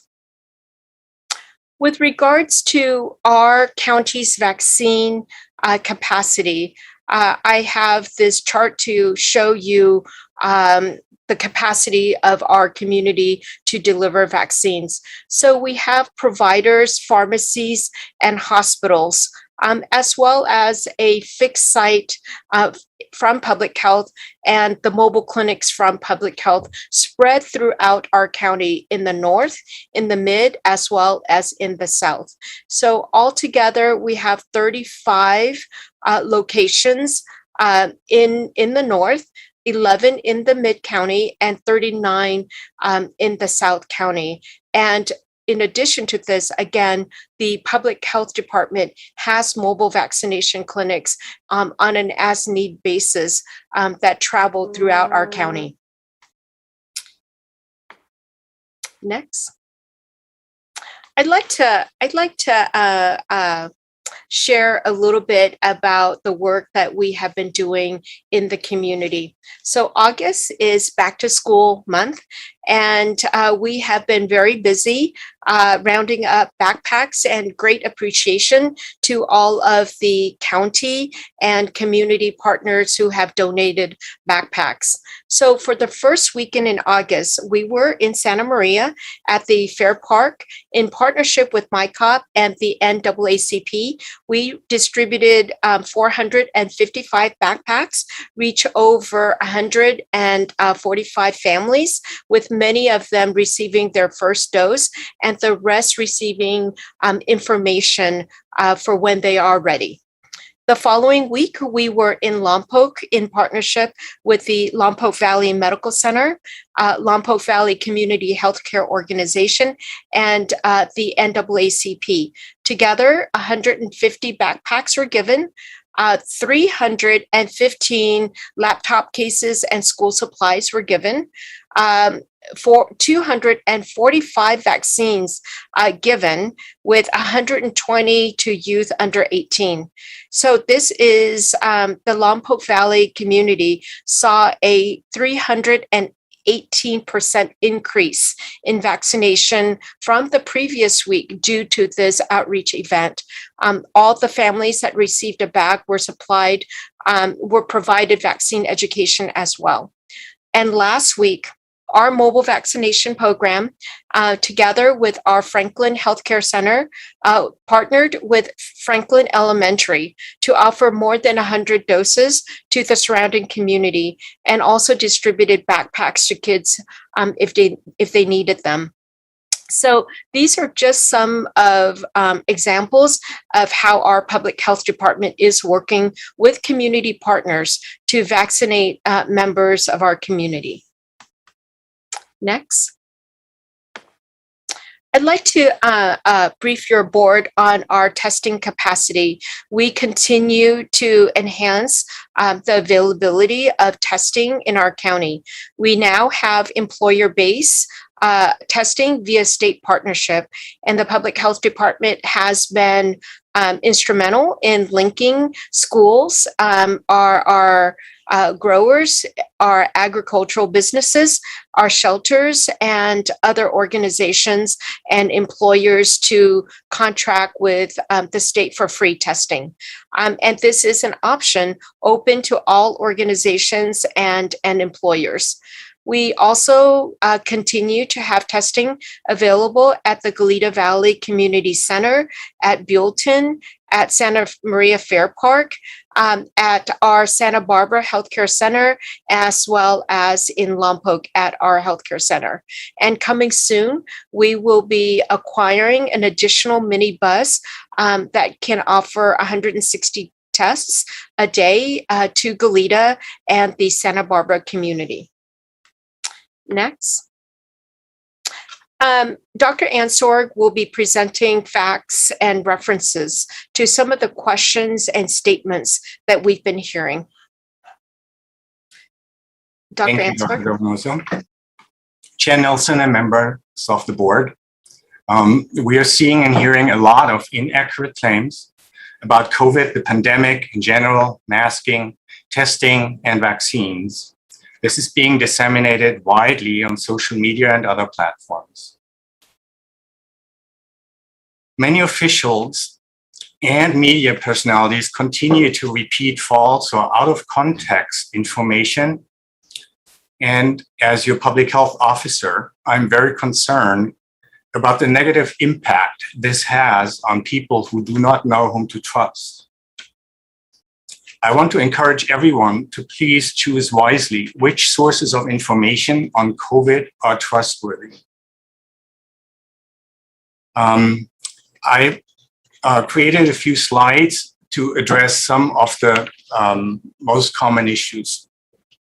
Number one, there are claims the PCR test for COVID is unreliable. No medical test is ever 100% reliable. That's the nature of medical tests. The fact is that nowadays, the PCR test that we are currently using over various platforms is by now very reliable, with a very high sensitivity of 90 to 95% and a specificity of 99%. And I am giving the scientific references for the media and for people who keep saying that we don't have evidence to back what we are doing. Next slide, please. There's a myth that having recovered from COVID will give me better protection against future variants or this current Delta. Unfortunately, that is not accurate. The COVID vaccine is designed to create antibodies against the spike protein, and therefore will have better protection than natural immunity against variants and mutations. Even if somebody has recovered from COVID, they're well advised to get the vaccine in order to have optimal protection. Next slide, please. There's been the case that COVID vaccines are causing death very frequently. People keep repeating that thousands of deaths have been reported due to the vaccine. Every side effect is reported to the VAERS platform from the FDA and the CDC. Until July of 19, only 6,207 reports of a death among people who received the vaccine had been reported. This is taken very seriously, and the CDC evaluates every single case. And they determined that only 3 were caused by blood clots directly linked to receiving the Johnson & Johnson vaccine. All other deaths were deemed to be due to other causes.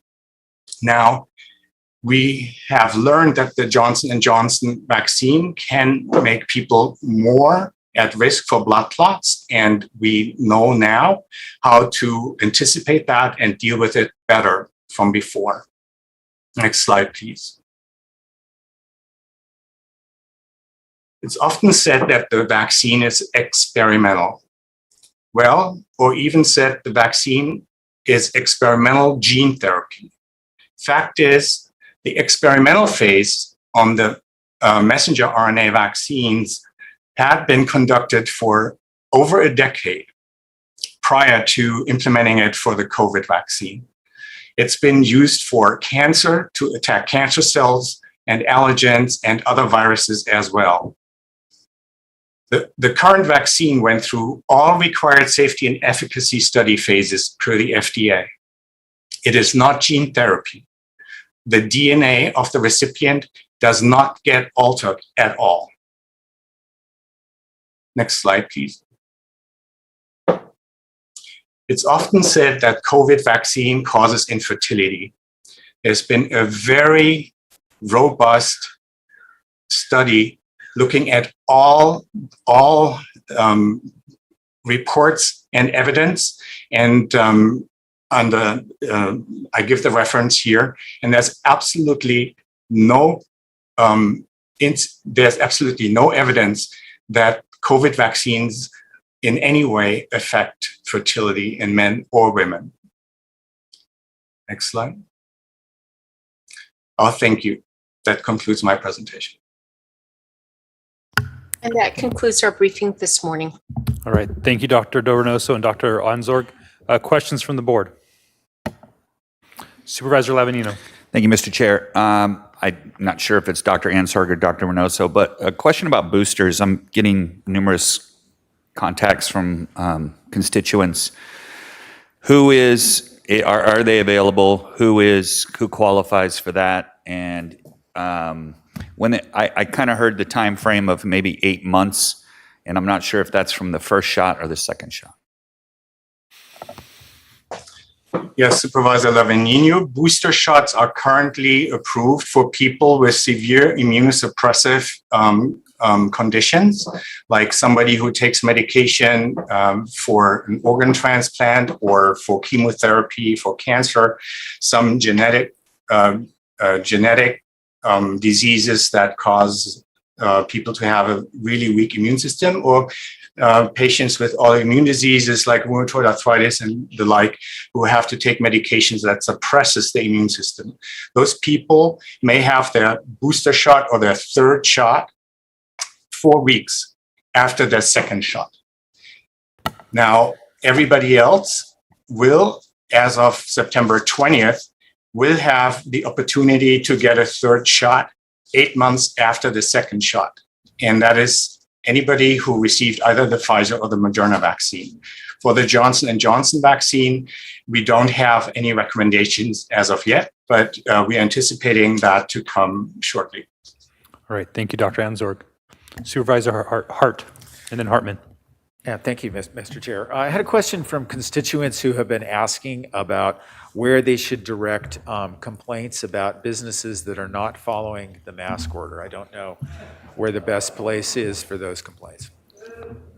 Before you go there, Supervisor Hart, again, I just want to ask you guys to give us a chance to ask our questions. I'll try to make sure we're not interrupting you as well. So let's try to keep the meeting moving along. So Supervisor Hart, I guess that question would be for Public Health or Ms. Anderson? Yes.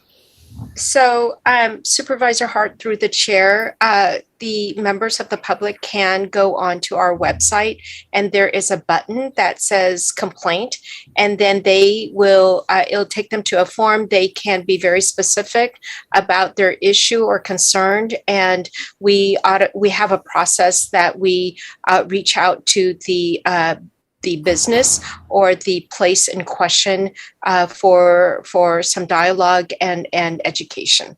Thank you, Dr. Dorenoso. And after board members have their questions asked, I have some comments too.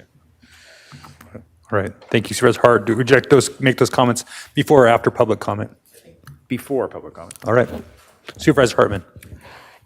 Yes, I think this is, I'm not sure whether it's for Dr. Dorenoso or Dr. Ansorg, but on the radio this morning, it said that in the United States, 1 in 5 new cases are pediatric. And that, to me, is very concerning. And I would like to know what your advice is to parents of children who are going to school and how best to keep them safe, especially if they're under 12.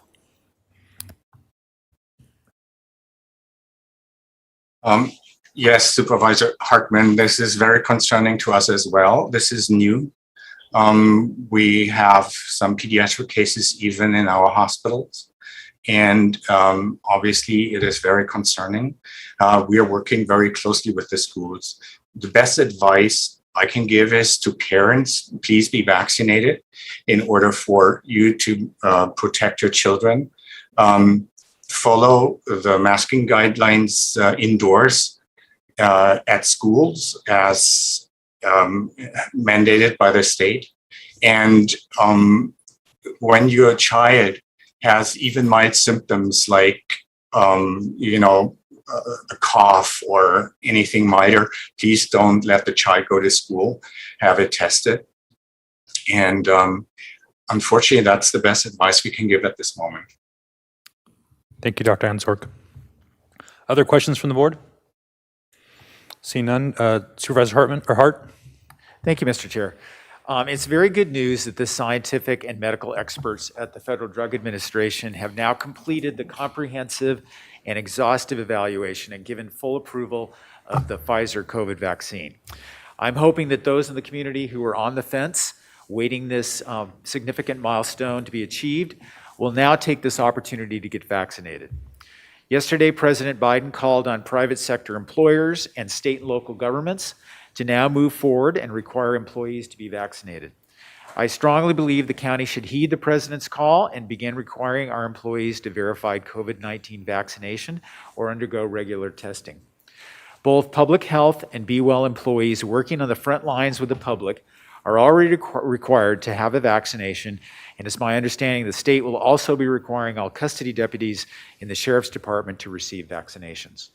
This policy will promote safety in the county workplace and among the general public because sheriff's deputies, firefighters, building inspectors, and many other county employees come into regular contact with members of the community. With those two things in mind, the safety of our employees and the safety of the public we serve, I believe this critically important next step is necessary now. Yesterday, the Pentagon announced that all active duty U.S. military personnel will be required to be vaccinated. Employees of Disney Corporation, Google, Facebook, and United Airlines must also be vaccinated.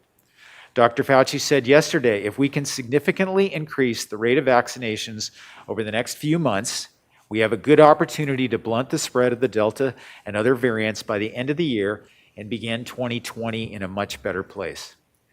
So many people have made so many sacrifices over the past year and a half. Family members and friends who've died from COVID-19, important milestones, family events that have had to be postponed or missed entirely, businesses that have suffered and even closed. This public health crisis demands that we all work together and do everything we can to stop the spread of the virus, to protect our family, friends, and neighbors, and restore our lives and economy. I'd like to see this board direct the CEO and Human Resources to develop a county policy for implementation of a vaccine mandate for county employees. I have a question for County Council. I understand that from the dais, we can direct staff to come back with something. Can you talk a little bit more about what that would look like? For the record, I'm not comfortable making that decision today, but like to have a full hearing on it in the future, but like to hear what the protocol, just and also for the public so they can understand that. Sure, Mr. Chair, members of the board. The board has discretion to direct staff. One of the items on today's agenda is to provide direction to staff as appropriate. So you could provide direction to staff to develop a policy and then come back for your board's consideration. And so that would be a resolution. How exactly would something like that work, especially in this context? Mr. Chair, I believe that this would be just similar to other policies that the county adopts that applies to our employees. So that would be my recommendation, would be in the form of a county policy. Is that something that we have to go back and work with our labor groups on discussing this? And it seems to be something that we would have to meet and confer with them and discuss this before moving forward. Is that correct? Mr. Chair, there's some recent decisions on this, and I believe that the county, the board has discretion to move forward with the policy, but would need to meet and confer on the reasonable effects of that policy. Okay. So that can be done before or after implementation of the policy. Okay, but can be done but before implementation? Let me rephrase that. It can be done before adoption of the policy. My recommendation would be not to fully implement until you've done the meet and confer. All right, thank you. Thank you for that clarification. All right, thank you. I think that's helpful. All right, Supervisor, I'll go back to Supervisor Hart, and then to Supervisor Lavanino. Actually, I just wanted to begin the discussion amongst our colleagues and the public as well. Okay, thank you, Supervisor Hart. Supervisor Lavanino. Well, first off, I don't even know what our current state is. I mean, I don't know how many employees have already received the vaccination. I think what's really encouraging, I'm always more of a carrot as opposed to stick approach to things. And so I've seen what other places are doing to try to move people in that direction. I noticed this morning Cuesta College was offering students $250 gift card if they wanted to take the vax. It's their call. You know, I find something really interesting during these meetings. It always seems to me that the public that is the most well-behaved for some reason is generally the ones I agree with. So last week I was congratulating everybody when we had our county workforce agreement of how the mood in the room, even though we had two sides polar opposite, fighting over their jobs and their livelihoods, were able to maintain a sense of decorum. And I just encourage folks, you guys are gonna come up, you're having your say. Not everybody's going to agree with you. Not everybody's going to disagree with you. State your opinion. And I just ask you that I think it sells your message better, honestly, when people are more relaxed and more cordial to each other. You're upset that people feel like they're forcing something on you. The way to answer that is not, and I'm just trying to offer some advice, somebody that's been up here a long time. People that are able to get along and see somebody else's point without viscerally just attacking and trying to figure something out, I think get a lot more done. And in that vein, I think demanding somebody take the vaccine for me is a step beyond what I want to do. I've seen in the county, I think 70% of the people have taken one shot already. That tells me that 70% of the people are okay with it. And we just heard from Dr. Reynoso that, because of the fact that we just got the FDA approval, I've got a son myself that is like absolutely opposed to it until it was, until it was fully approved. So I just know one out of my own family. And if Dr. Reynoso is saying that, she thinks that there could be 30,000 people, that then moves our number considerably up. So until I see a stagnation where we're not vaccinating anybody else, I understand why, your concerns there that, that shows an example and leads by example. First off, I wasn't prepared to discuss it today because I didn't see it on the agenda. But just my personal first feeling on it is, first off, I don't know what our number is at the county. And it'd be really, I think it'd be tough on us that if 85% of our people are vaccinated, that we mandate that last 15% get vaccinated.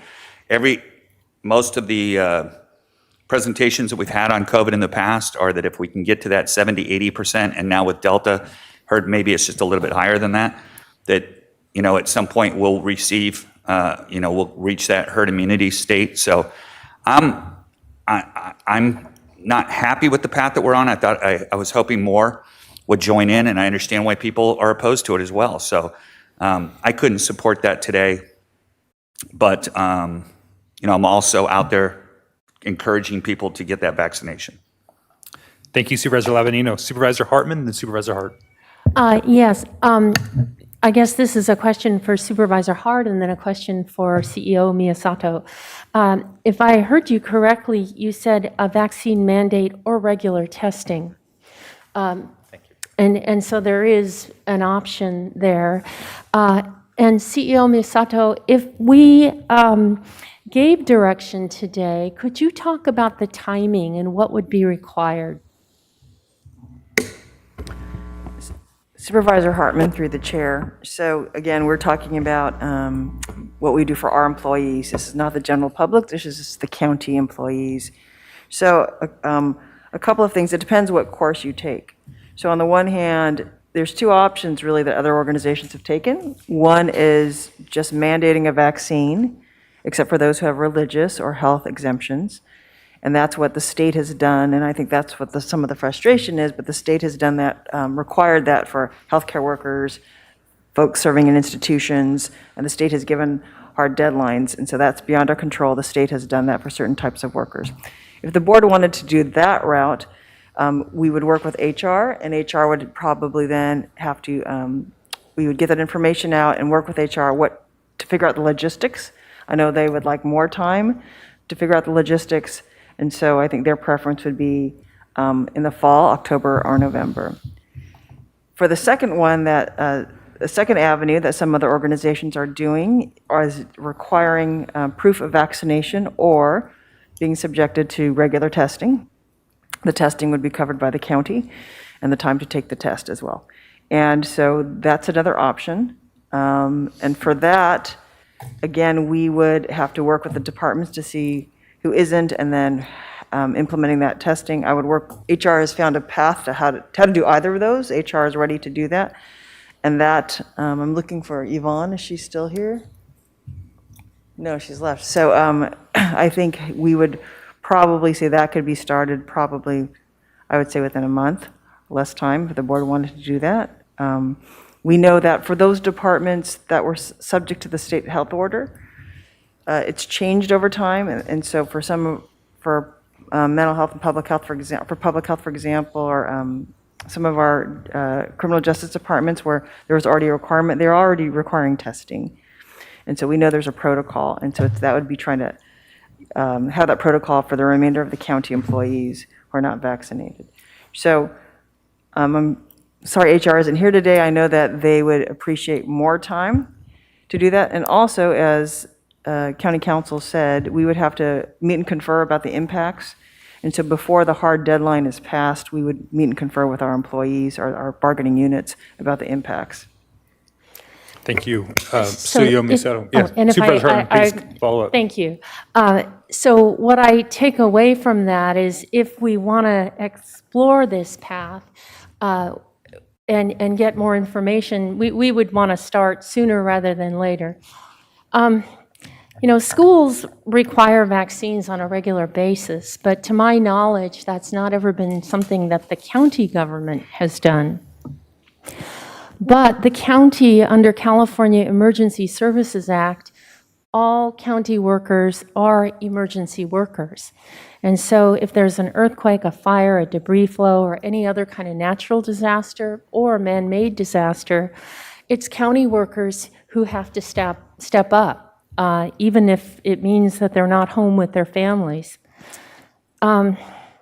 And I believe that vaccination today is really part of emergency preparedness. We've already had one county office that had to close down because so many people had COVID, and that denies services to the public that they really need. So I'm inclined to support exploring this further because we don't want a situation where we have a major fire and we have people who need a lot of support and we have a COVID crisis on top of it. And so I believe as emergency workers, as local government, we have a duty to be vaccinated as an example and really to be able to be willing and able if we're needed, if we're called into disaster service. So that's my thinking on the matter. All right. Thank you, Supervisor Hartman. Supervisor Hart and Supervisor Williams, if you still want to make comment. Yeah, I really appreciate Supervisor Lavanino's points, Supervisor Hartman's really well thought remarks, and CEO Miyasato's path for how we can evolve this conversation. My intent is to start the dialogue, and obviously we have to have another hearing to adopt something. So there's going to be an opportunity for all the details to be worked out, and this conversation I think will help flesh out the best way to proceed. But my reason for doing this is timed specifically to the Federal Drug Administration's adoption or evaluation of the COVID-19 vaccine. I think that is a significant milestone. Many people have been saying, we can't move forward on a vaccine mandate until we get that out of the experimental status. We're there now, and the conversation about getting people to vaccinate is taking on a greater urgency with the Delta variant. We all know this. We all know that this is the path to getting back to a sense of normalcy, and I just want to help us add to the sense of urgency because this is a public health crisis. This public health and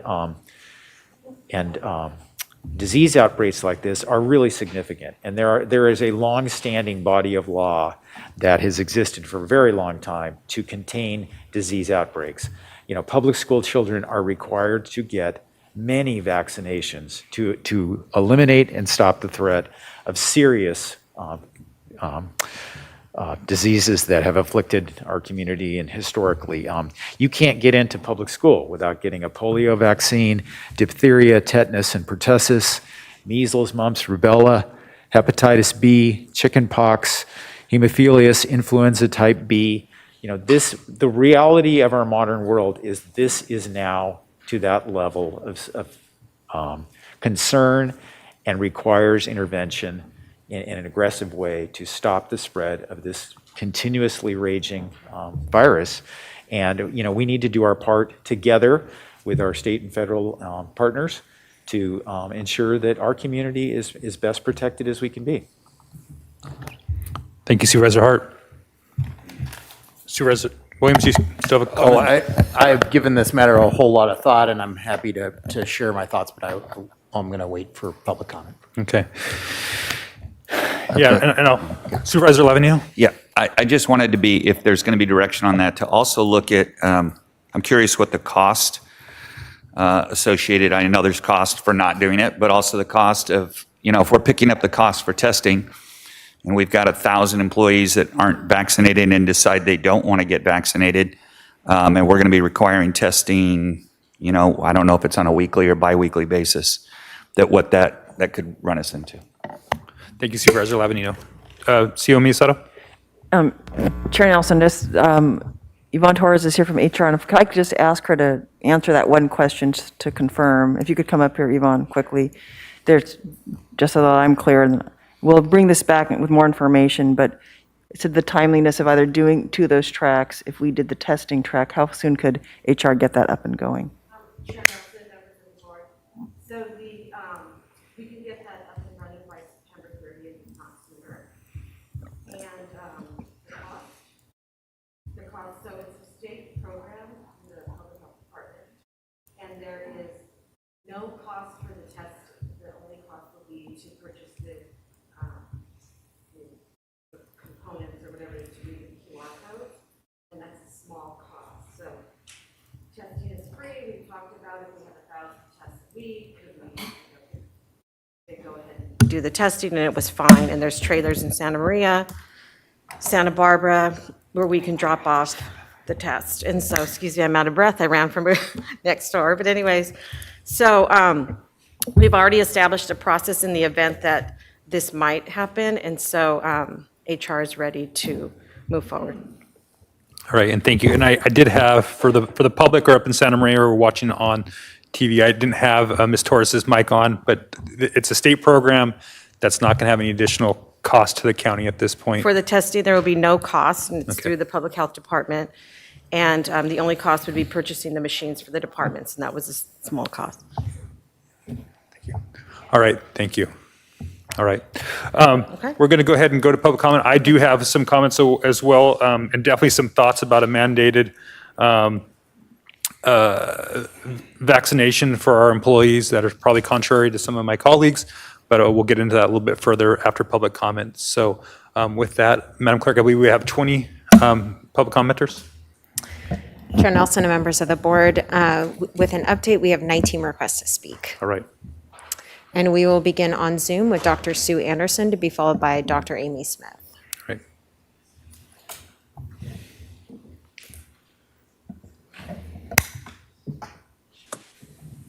Hi, this is Sue Anderson. Can you hear me? We can. Oh, okay, great. And it's Sue Anderson. I appreciate being called doctor, but I'll leave that to the professional physicians. I just want all of our employees here at Marion Regional Medical Center to know that we appreciate their point of view. We thank them for all they're doing for our patients right now. I mean, throughout the pandemic and right now, we're frankly inundated with COVID patients. About 90% of those patients are unvaccinated. We encourage our community to get vaccinated and help us combat this, the COVID-19 infections that we're dealing with. Unfortunately, it's on the rise in our community. We're seeing many more cases in the North County than what Santa Barbara is experiencing right now, or the South County.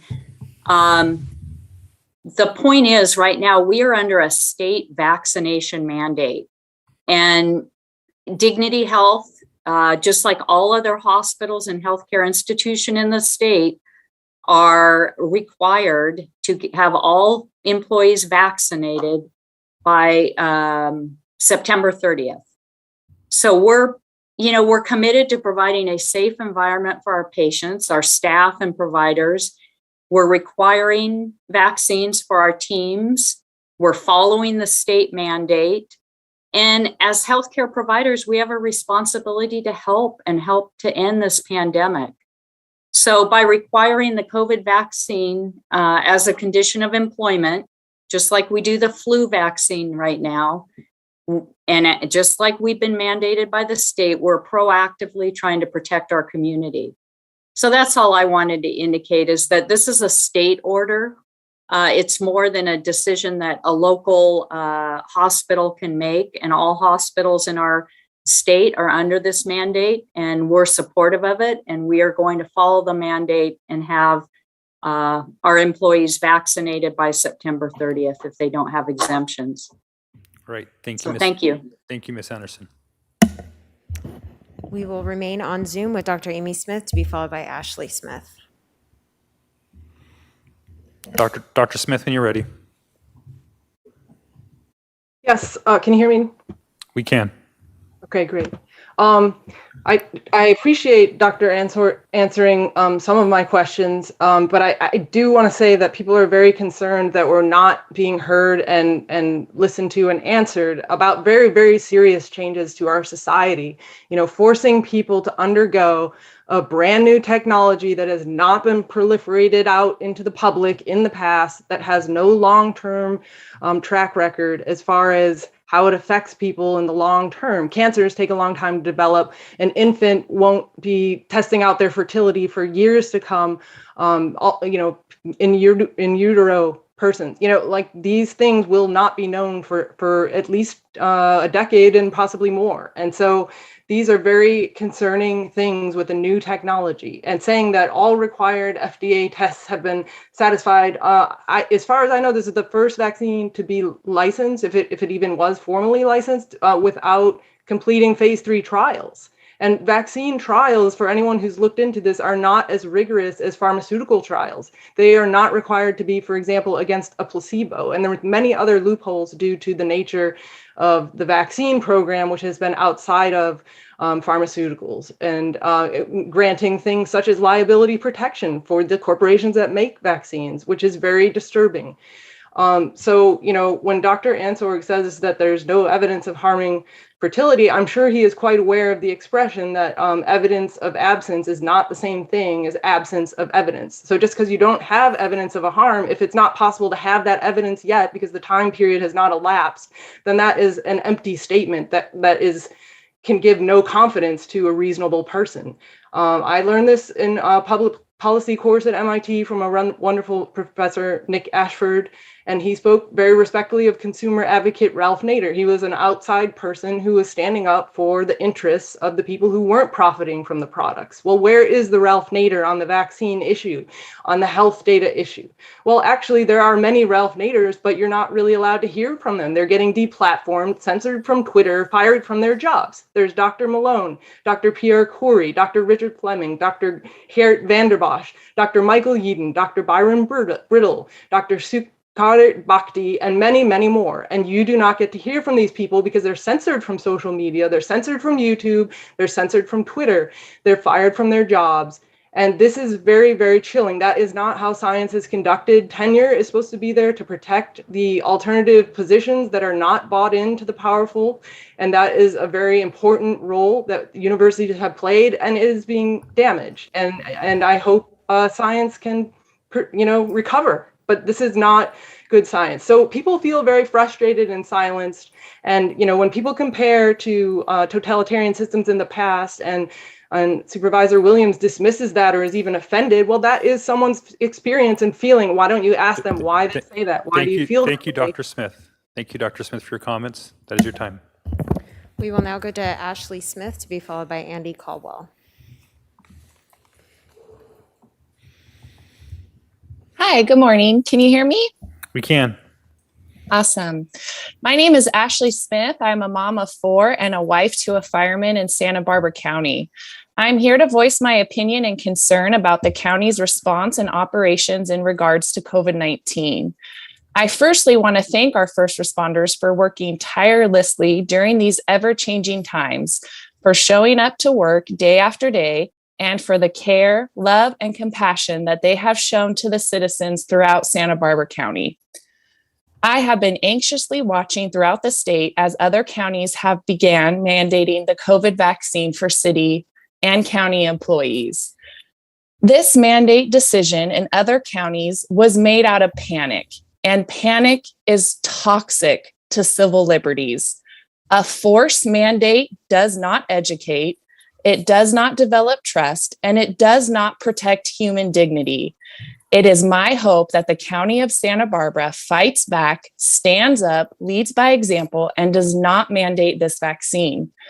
Mandates have continuously been spun as an us versus them issue, be it political affiliation or vaccinated versus unvaccinated. In actuality, this is a civil liberty issue. And because we are all American, we are all entitled to our civil rights and liberties. The right to bodily integrity and to refuse unwanted medical treatment is deeply rooted in the historical traditions of the United States. This is supported in the Constitution, several federal laws, including ADA. It teeters on Jim Crow law and is opposed by the Equal Opportunity Commission. Based on these laws, counties do not have the legality to mandate this vaccine. You have at least 30% of firefighters in this county that will not take the vaccine. At least 4 to 5 doctors in this county who will also not take the vaccine. A pandemic is not the time to deal with staff changes. There is no substitute list for these types of jobs. You cannot readily fill these positions in a timely manner with an individual who has the experience or expertise to perform in these types of work consistently during a pandemic. It takes time, money, and experience to train first responders. You don't need a mandate. What you need right now are the best of the best, the trained and experienced to get this county through the pandemic. Let the first responders continue to govern themselves and make their own policies, because you know what? It worked. The regimens that the different departments have in place are working and will continue to work. Let the first responders work. Let them run the call. Support civil liberties. Support my body, my choice. And don't mandate this vaccine for county employees. Thank you. Thank you, Ms. Smith. We will now go to Andy Caldwell to be followed by Justin Shores.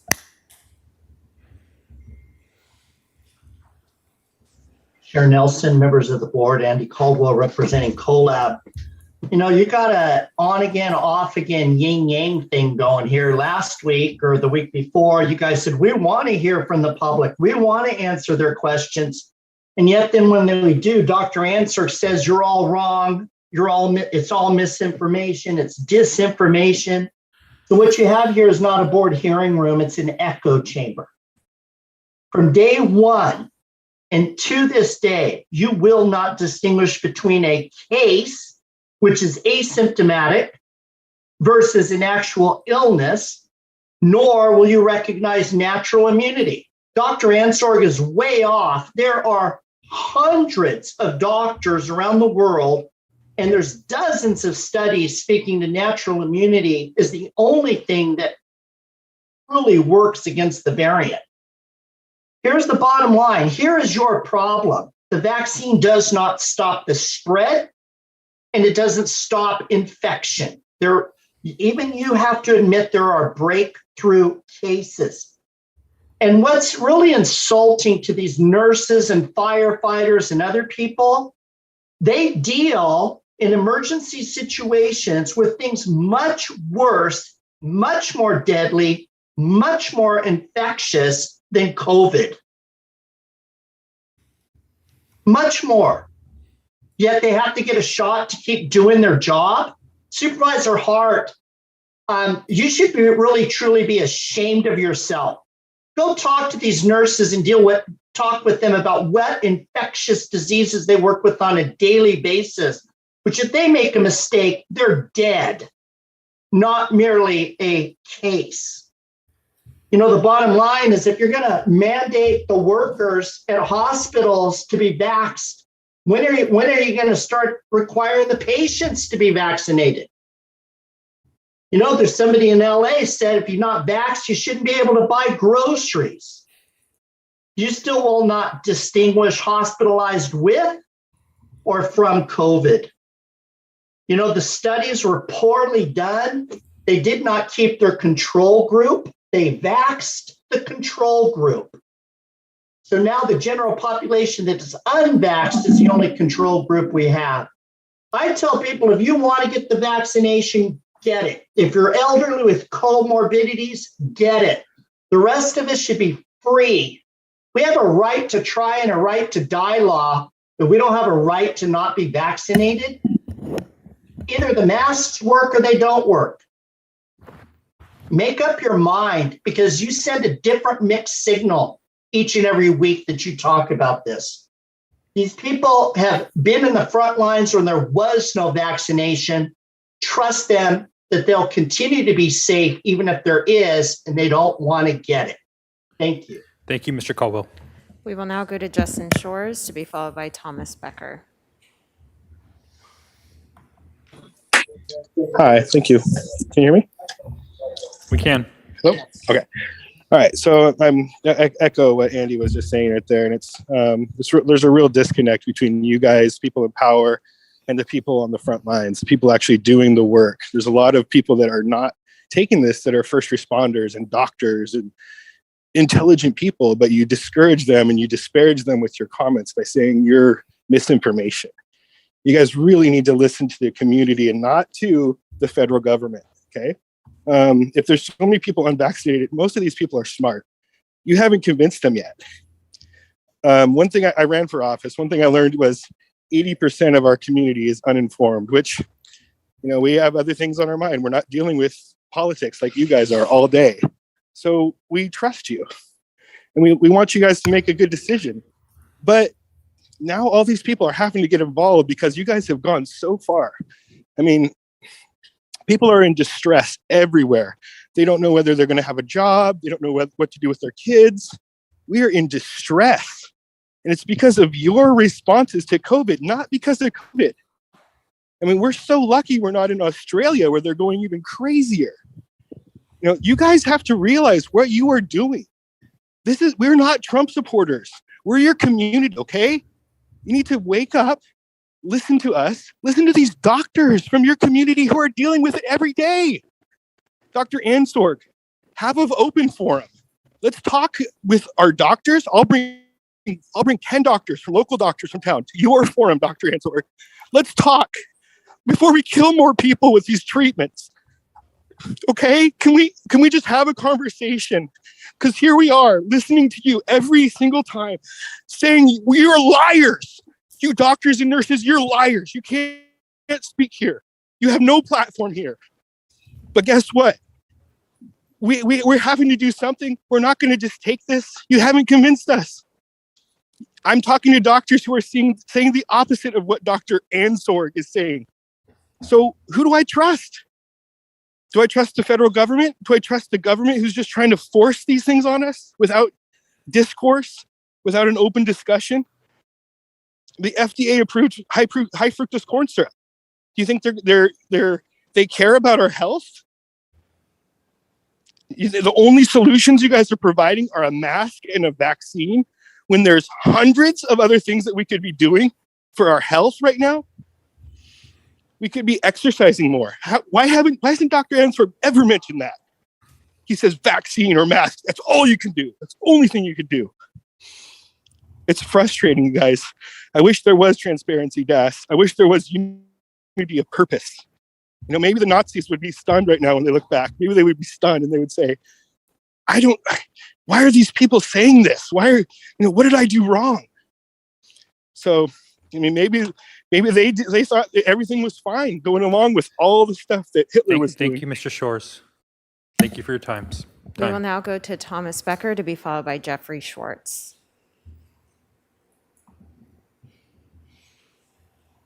Thank you. Can you hear me? We can.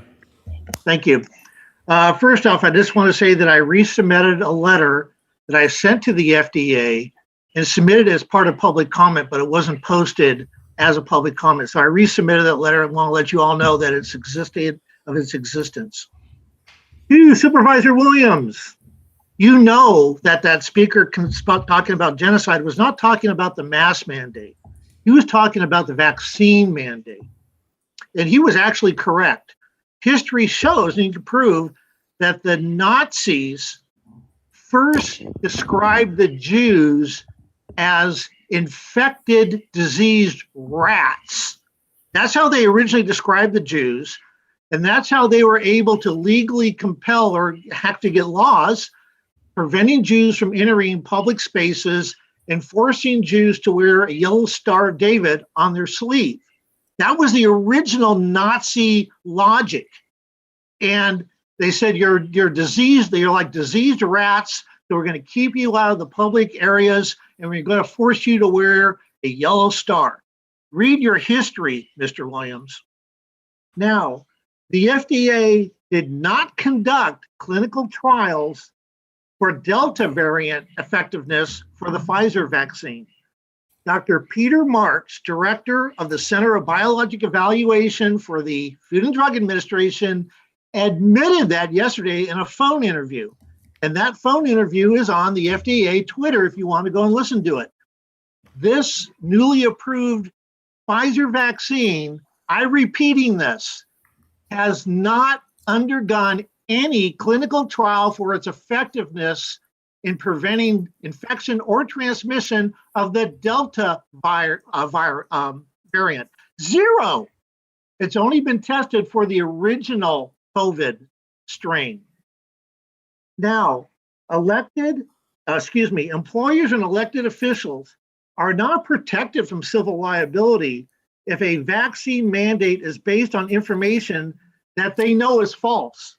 And you people, all 5 of you, know that the information you're being provided that this vaccine is effective against Delta, you know that that is false.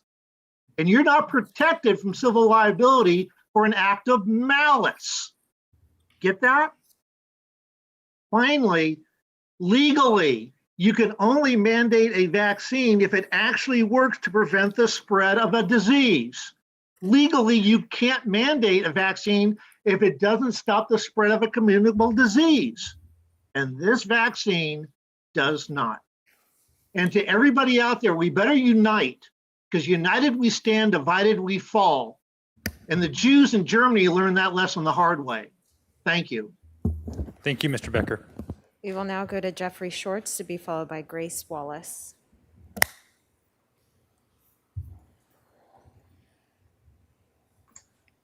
Can you hear me? We can, Mr. Schwartz.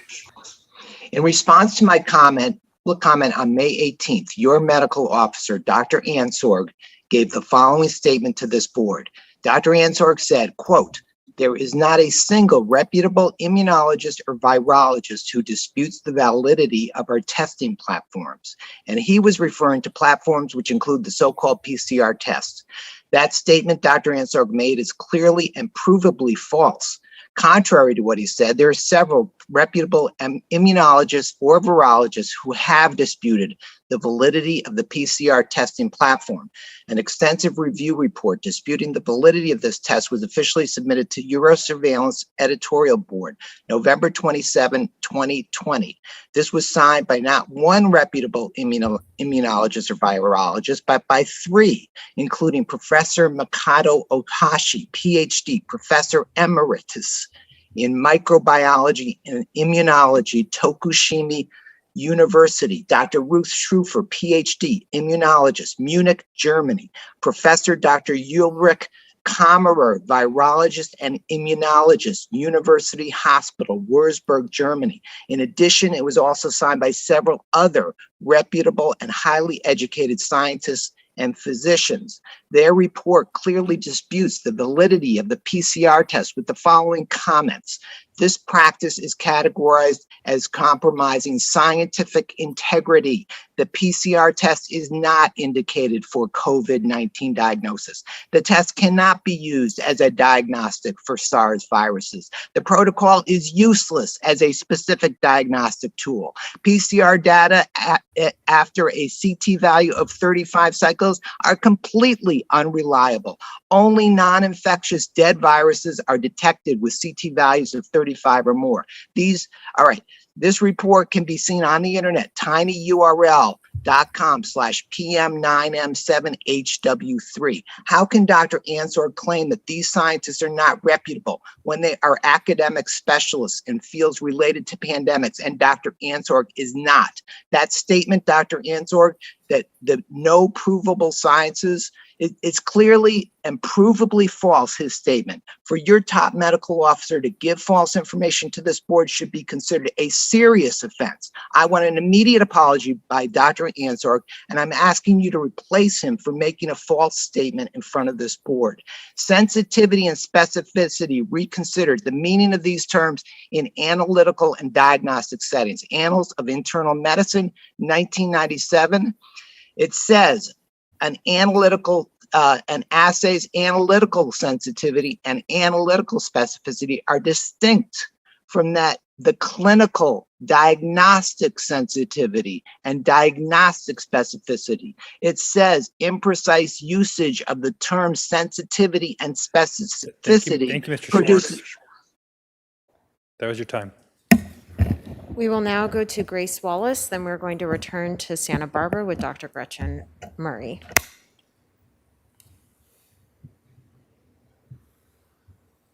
Ms. Wallace, when you're ready.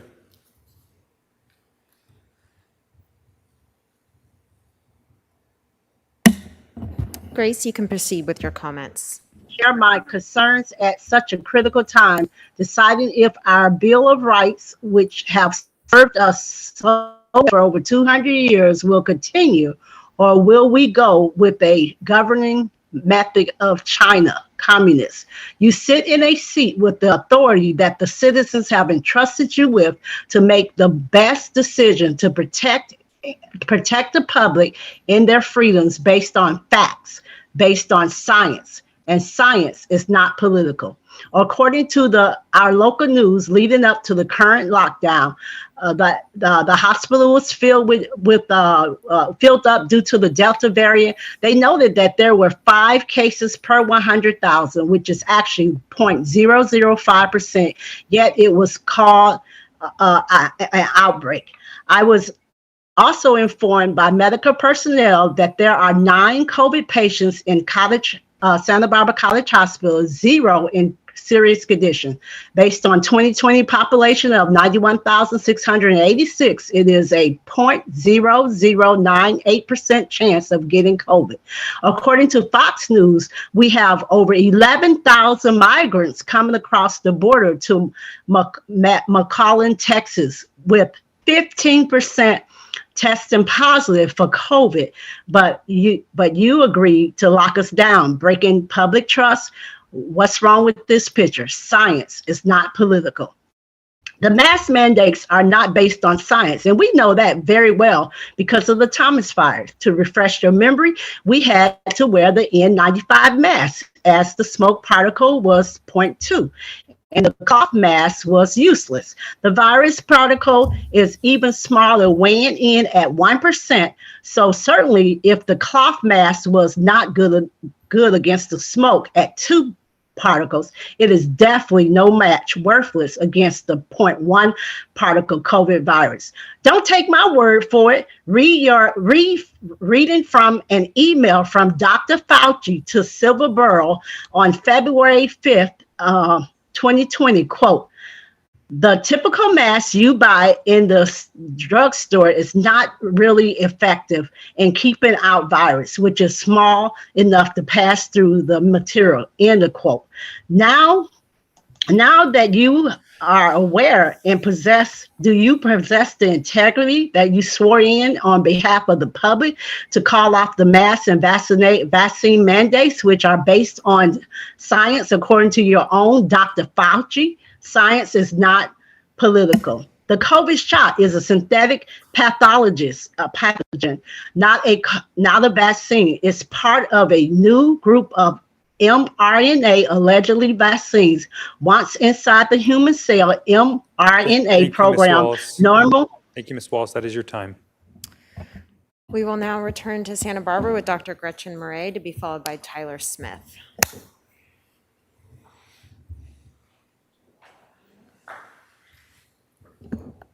Good morning. I put doctor there. I have a PhD in pharmacology from UCLA. So I have more than 30 years experience working for different medical product manufacturers. And I have a significant number of products that have gone through the FDA review and been approved. So I wanted to, next slide please, go through some of the information for you folks to be aware of where we are with even the Pfizer vaccine, and I do have a copy of their new package insert.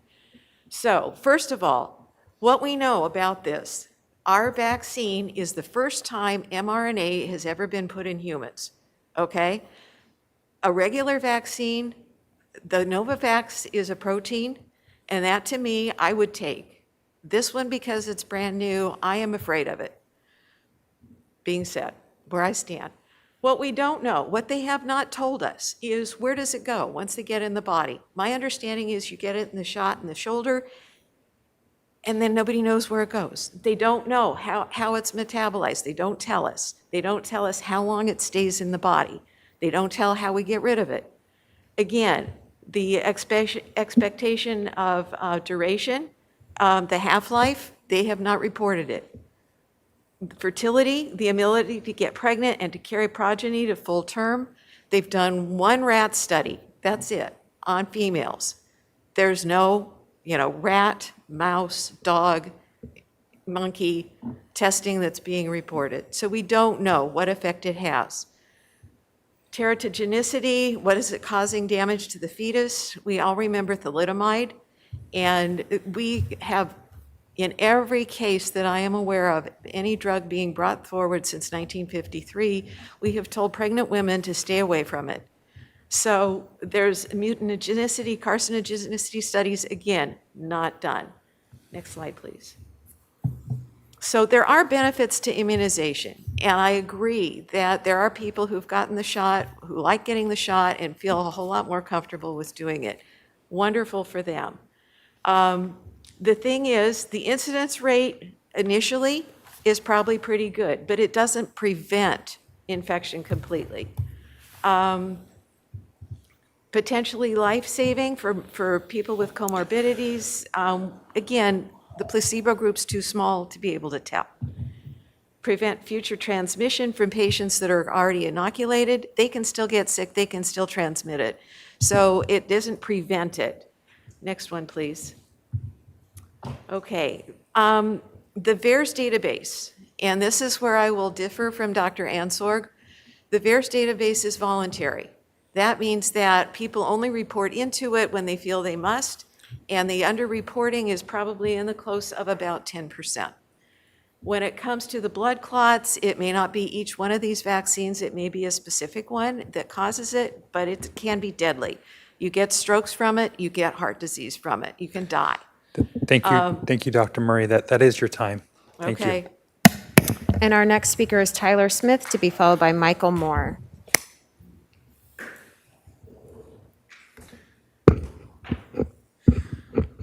Okay, hello. My name is Tyler Smith. I've been a firefighter in the area for about 20 years. I come before you today as an informed citizen to talk to you about some of the issues that we faced over the last 18 months. This all started as 2 weeks to slow the spread, but it has turned into 18 months and it is starting to ramp back up. The population is exhausted, divided, and scared. There are legitimate reasons for this and some illegitimate reasons too. Yes, we have a bad virus infecting our population that has been difficult, but we have also seen the drastic consequences of an apparent never-ending lockdown. We have seen an increase in alcohol and drug abuse, domestic violence, and depression. I would like to bring you some info on why. First, the news. In 2012, the National Defense Authorization Act was amended to allow propaganda. The amendment nullified the Smith-Mundt Act of 1948, which explicitly forbids information and psychological operations aimed at influencing the U.S. public opinion. The media can now effectively lie to the American people. We are one of the only countries that allows the pharmaceutical industry to advertise on TV. The pharmaceutical industry is the #1 purchaser of ad space on the network newses. Do you ever wonder why you see never-ending pharmaceutical commercials during the news? That's why. The pharmaceutical industry is the #3 lobbying power in the USA. They also contribute large sums of money to the CDC, the FDA, and our public health officials, agencies. Pfizer's profits this year are estimated to be $33.5 billion. That's a 59% increase. They also have zero liability from damages from these vaccines. In 1986, they passed the Vaccine Compensation Act. They cannot be sued for damages. The thing that concerns me is if this is ever mandated, whoever mandates this, whoever the companies or agencies that do, they are liable. The pharmaceutical industry is not. At this point, it only has 40% effective rate, and it does not stop the spread. We should never mandate anything that does not stop the spread. The PCR test has just failed its review according to the CDC website. I hope you fact check me on this. The FDA identified it as a class 1 recall, but they're still using it till the end of the year. And why don't we hear this in the news? Also, the PCR test is giving 2 different tests, one for vaccinated, one for unvaccinated. The vaccinated people, the cycles are turned down to 25 to 28, and the unvaccinated people are turned up to 40 to 45. Like I said, I hope you fact check me on this. Also, really quick, this is the Cal OSHA guidelines for going to work. It states that an unvaccinated person can be screened, not tested. It's in black and white, and I have it photocopied or highlighted. I can give it to you. It says that we can be screened, which is a temperature check and a health questionnaire. That's very reasonable.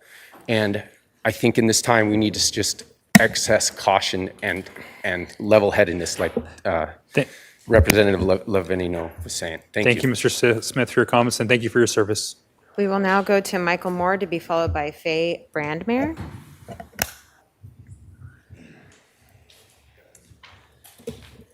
All right, thanks, board. My name is Michael Moore. I work for the Santa Barbara County Fire Department. I've been employed with them for the past 13 years. I'm speaking today in strong opposition to any kind of mandate involving COVID-19, not just for our employees or citizens in our county, but for everybody worldwide. This is tyranny, and it's knocking on our doorsteps. It's unfathomable to me that any person can say it's okay for them to force a medical procedure, a vaccine in this case, on another human being. We have mandates being discussed right here in this county. But there are 7 employers who don't even consider a vaccine mandate. The White House, the CDC, the FDA, the WHO, and then all 3 of the top vaccine, Johnson & Johnson, Moderna, and Pfizer. Let that sink in, that you are talking about mandating vaccine for our employees, yet those companies aren't even discussing it. This isn't a political issue. It's not a race issue. It's not a social status issue. This is a human rights issue with the ability to choose what's best for one's own health and one's own body. When you start thinking in history, when have we seen this type of tyranny? It's very apparent to me when you look just north and south of us what those counties are doing. California is quickly shaping up the way Nazi Germany started. First, it was slow the curve. Let's don't overwhelm the hospitals and resources. Now, 18 months later, it's show us your papers if you want to continue working, shopping, or function in society. So when's this going to stop? After how many boosters and vaccines are people going to have to take before they finally wake up?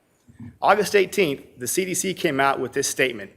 Individuals who have been previously vaccinated will now be at risk of severe illness unless they obtain the mandatory booster. How frightening is that? It almost sounds to me like they didn't get a vaccine in the first place. It sounds like they got a shot of something, and now they have to have another shot of something for that. The Nuremberg Code 1947 tells us this. The judgment by the War Crimes Tribunal at Nuremberg laid 10 standards to which physicians must conform when carrying out experiments. I'm going to skip down to the number 1 statement from the permissible medical experiments. The voluntary consent of the human subject is absolutely essential. The voluntary consent is absolutely essential. This means that the person involved should have legal capacity to give consent and exercise free power of choice without the intervention of any element of force, fraud, deceit, duress, or overreaching, or any other ulterior forms of constraint or coercion. I strongly recommend each one of you board members to do a self-evaluation. We have the chance to be on the right side of history. You can make this county the, hold on a second. Forget what you can make this county be the gold standard. Make other counties look up to us. Let's be on the right side of all this. Because if you don't, I promise you 2 things will happen. 1, you will suffer a loss in your workforce. And not only from the fire, I will personally be willing to walk from my job. You'll have nurses, you'll have doctors. Mr. Moore, you wrap up here real quick. Wrap up. Can you wrap up? I'll wrap it up. So the last thing right here is don't be associated with a Nazi regime.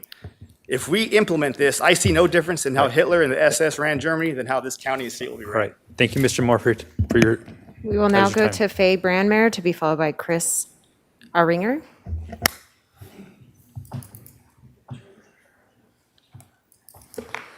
Thank you for this opportunity to comment.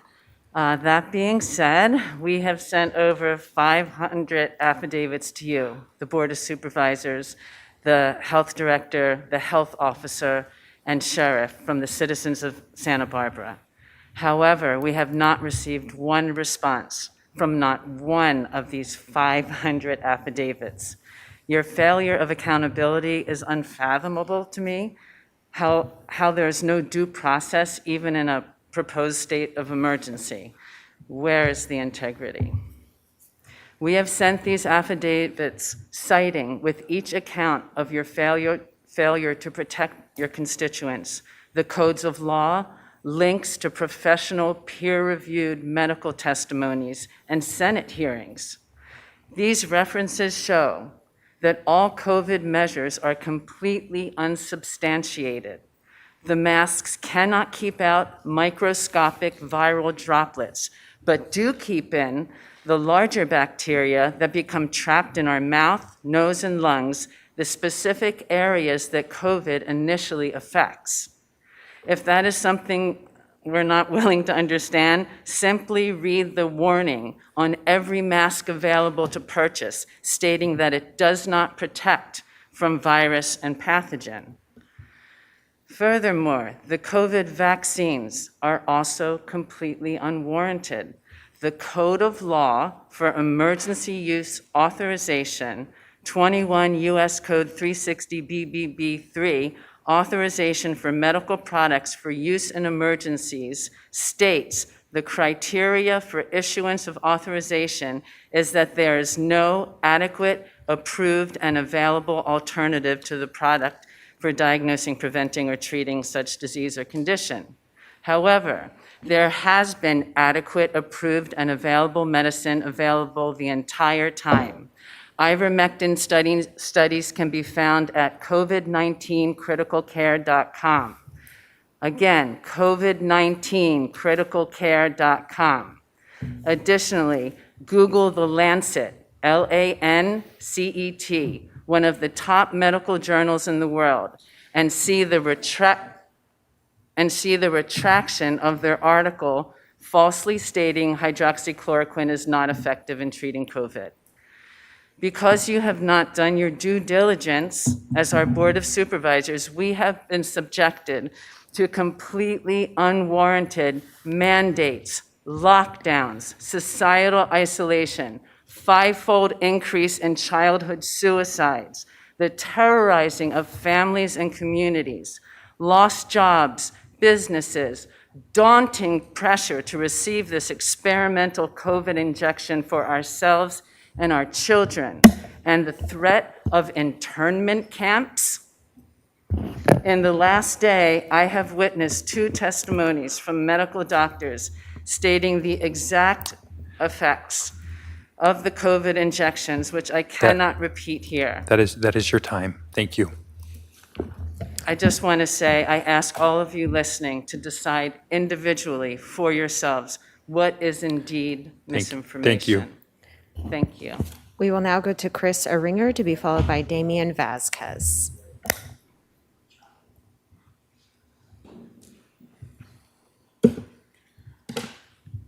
Good morning, Board of Supervisors. My name is Chris Aringer. I'm affiliated with IAFF Local 525. I work for Santa Barbara City, and I'm here to stand up before you and make an impassioned appeal for choice. Right? I feel like this is pivotal. It's a pivotal part of our society, and that's where true value lies. Okay. Yes, we have a medical situation on our hands, but we also have a political situation on our hands that is impacting us all personally. Okay. And this thing is advancing incrementally, and it does not appear to want to stop. There are minds, there are personalities, there are people behind these things. It's not just a virus that is faceless and nameless. All right. Okay.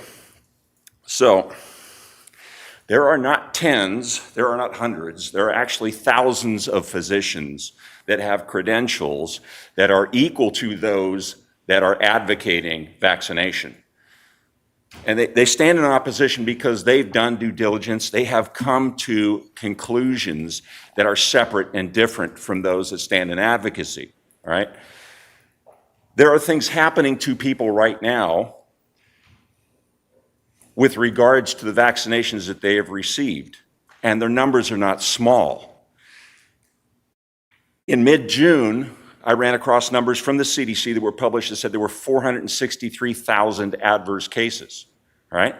Now, we immediately, if we're smart, we make a comparison against the backdrop of a population that is upwards of 300 million in this country alone, okay?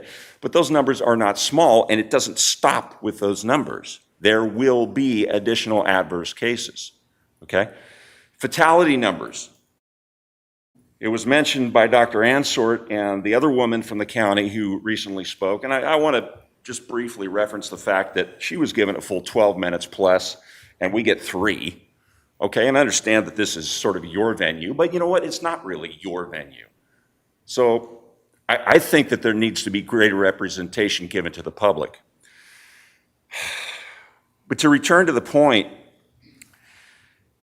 there are things happening with regard to these vaccinations and these companies that are producing them that the American public never imagined they would have to endure. Okay? The COVID problem is statistically not enough of an issue to warrant what we've been subjected to in terms of lockdowns, in terms of mask wearing, in terms of potential potential vaccination mandates, all right? And this is where my concerns and considerations actually lie. I've been on the job for 28 years. I've served my department faithfully. I have no problem on record anywhere.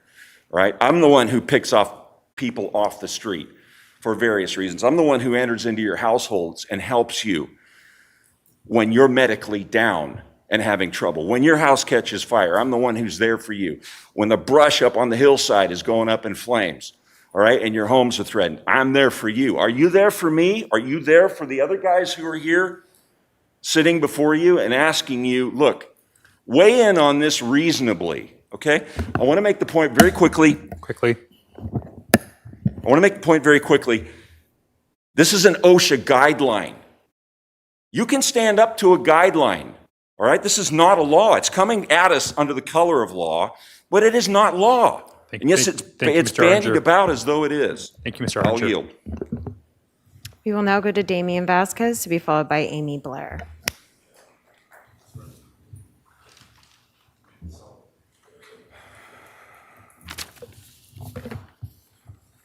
Board, hello, my name is Damon Vasquez. I'm a public servant, but I'm here today as an informed citizen. This comment is to steer you clear of COVID-19 injection mandates for the people of Santa Barbara County. First of all, in the United States of America, we have the freedom of choice. In matters of health, doctors work for the people. They are paid for a service, and the people can deny, ignore, and get a second opinion on any doctor's medical recommendation. Parents want their children to attend public school. They must have their children immunized against many diseases, terrible diseases that cause many illnesses and deaths with proven vaccines. The COVID-19 injection was something that was approved in record time for emergency youth authorization. There is no emergency. We see it every day. There's not an emergency out there. There's not a public health crisis. Some people have an illness, and those people are seeking medical care, and they're getting better for the most part. If the word emergency is to be thrown around lightly or incorrectly, then there are no emergencies in this nation, in this county, according to the CDC, larger than heart disease. Heart disease can largely be attributed to lifestyle coupled with obesity. Where's the board's position on heart disease and obesity? Are you mandating that refined sugars and saturated fats be outlawed in this county? Are you mandating that people exercise and get outside daily? No, because that is their choice to live their lives in a harmful way. In 2019, heart disease was 13 times more likely to kill someone than influenza and pneumonia. Concerning COVID, in 2020, approximately 377,000 deaths, COVID-19 was the underlying or contributing cause. Those two qualifiers can vary widely, and to use them in conjunction is misleading. Just because a person dies of COVID doesn't mean they died of COVID, correct? Still, heart disease nearly doubled the fatalities of COVID-19 of Americans in 2020. Speaking for healthcare workers, many and most do not fall into the most susceptible groups of COVID-19, elderly, obese, diabetic, hypertensive, and many other comorbidities. I'm a healthy 42-year-old who has not had a single COVID-19 symptom since this endemic started, is no longer a pandemic.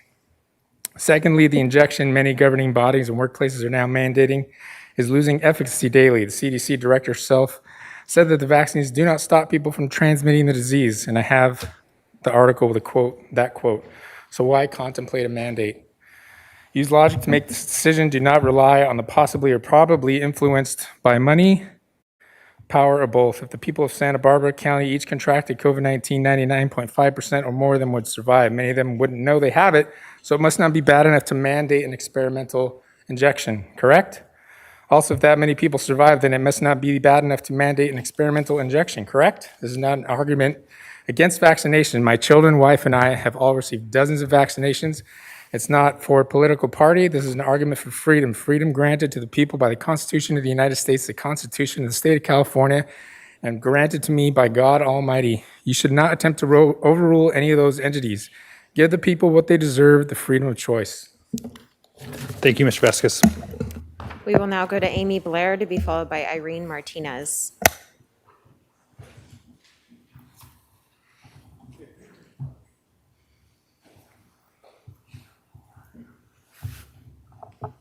Hi, everybody. I'm Amy Blair, just a resident, not a nurse, not a doctor.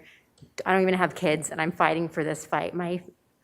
I'm dying. I'm going to die on this hill. This is scary. I have ancestral Jewish trauma, and I just see it coming in that direction, and I'm fighting. So I'm going to go ahead and finish what the other doctor was saying about the myocarditis and the pericarditis. This is going to affect the younger men, the 40s and younger, who are in the firefighters, the military, everybody.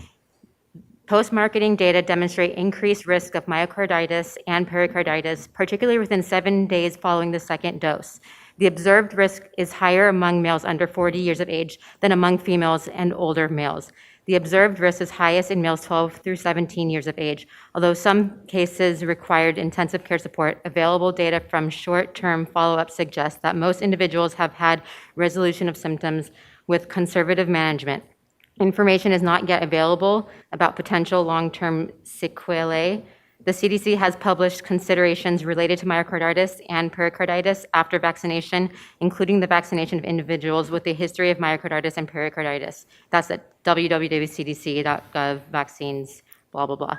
And I am also going to finish what Faye was saying, that if this isn't making sense to you all, if you check all of the cases of pneumonia, flus, deaths, everything in the past years, 2020, 2019, 2018, 2017, they're all the same. There's not like a gigantic killer out there. The mortuaries don't have an insane amount of deaths all of a sudden. There's nothing to be scared of. It's all manufactured by the media. And if you have any cognitive dissonance, you would notice that. And treating you guys said in the beginning, I'm so grateful of the civility and the camaraderie we have amongst us. I don't see that at all. I see fear, cruelty, hastiness. I go into Lazy Acres and usually everyone's like talking to each other. Everyone's just walking past each other like zombies. It breaks my heart. Everyone is dehumanized, desensitized. This is like an MKL Ultra experiment on society, and it scares the living daylights out of me. And there's all of these pages. Oh my God, I can go through every single one of these. It's all junk. Let's see. PCR tests. It's like they can't differentiate between regular flu and COVID. So why are we even using that? Like chickenpox, if you had chickenpox, you're immune the rest of your life. Why not this? No, it doesn't make sense at all. And I have to take a breath. People say that there's the myth that there's only been thousands of deaths. Then why is there a lawsuit right now in court from a whistleblower in the VAERS that says there's actually been over 50,000 deaths? That's a fact. That's not a myth. There's a lawsuit right now. Check it out. I spent all my time, waking hours. I don't even sleep these days. I'm busy researching all these myths because I'm like, am I crazy? And then I go into, there's research. I'm like, no, I'm not crazy. It's there. Why aren't you guys going that? I want you guys to protect us because you are elected to protect us. And I pray that you use your cognitive dissonance in this time. Thank you, Ms. Blair. Thank you. We will now go to Irene Martinez to be followed by Sean Kaufman.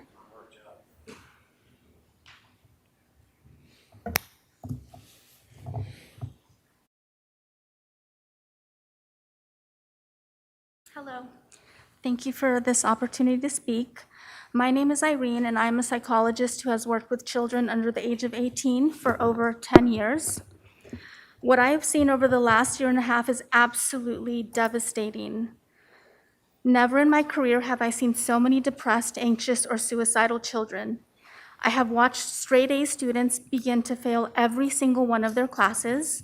I have seen students who hated going to school beg to be able to return to in-person learning. I have seen little girls as young as 11 years old begin to self-harm because they are so depressed and fearful that they are now contemplating suicide.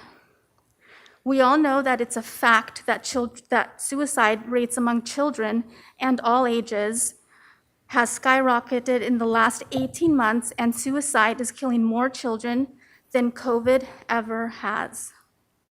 Not to mention that I have made more CPS calls than ever before because entire families are falling apart. I've been asking over and over why the gross increase in suicide rates among our children isn't being televised on a daily basis as much as the so-called coronavirus cases, which tend to be asymptomatic, by the way, as being reported. I was disgusted to learn that two people I know, one who is a social worker and one who works for UCSB, tell me that they do not want this pandemic to end simply because they prefer the option of getting to work from home. Tell me, how is this not child abuse? Anyone with critical thinking skills can tell you how senseless it is that we were forcing students to stay 6 feet away from each other in the school settings, yet allowing everyone to go to a restaurant and sit shoulder to shoulder with no masks on.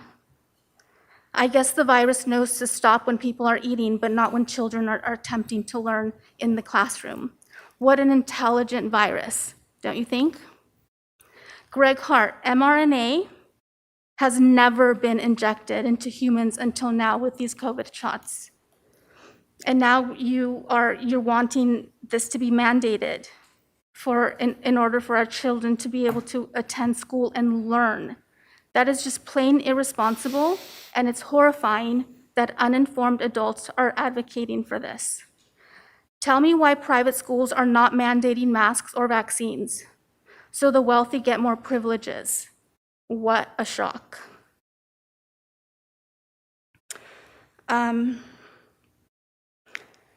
Mr. Doss Williams, in response to your disgust that these mandates are being compared to the genocide, exemplifies that you are demonstrating one of the stages, which is classification. You are not respecting the differences between people. You seem to be promoting divisions of us versus them. Thank you, Ms. Martinez. That is your time. Thank you.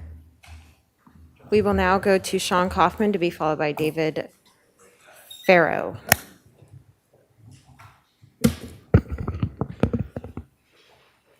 Good afternoon, Chair Nelson and Board. My name is Sean Kaufman. I'm a 26-year veteran of your great county fire department. Today, I'm here to speak on behalf of we the people who are adamantly against all C-19 mandates being proposed and currently in place within this county. This board has allowed the public health officer, Dr. Ansborg, to run and continue to trample on your people's right to choose. We the people are awake and will continue to fight against overreaching civil liberty and constitutional right-crushing policies. I urge the board to oppose and reject any policy from the PhD officer. Any policy brought forth upon we the people will be in direct conflict with our civil liberties and direct conflict with your oaths of office. In closing, I encourage you to be on the right side of history.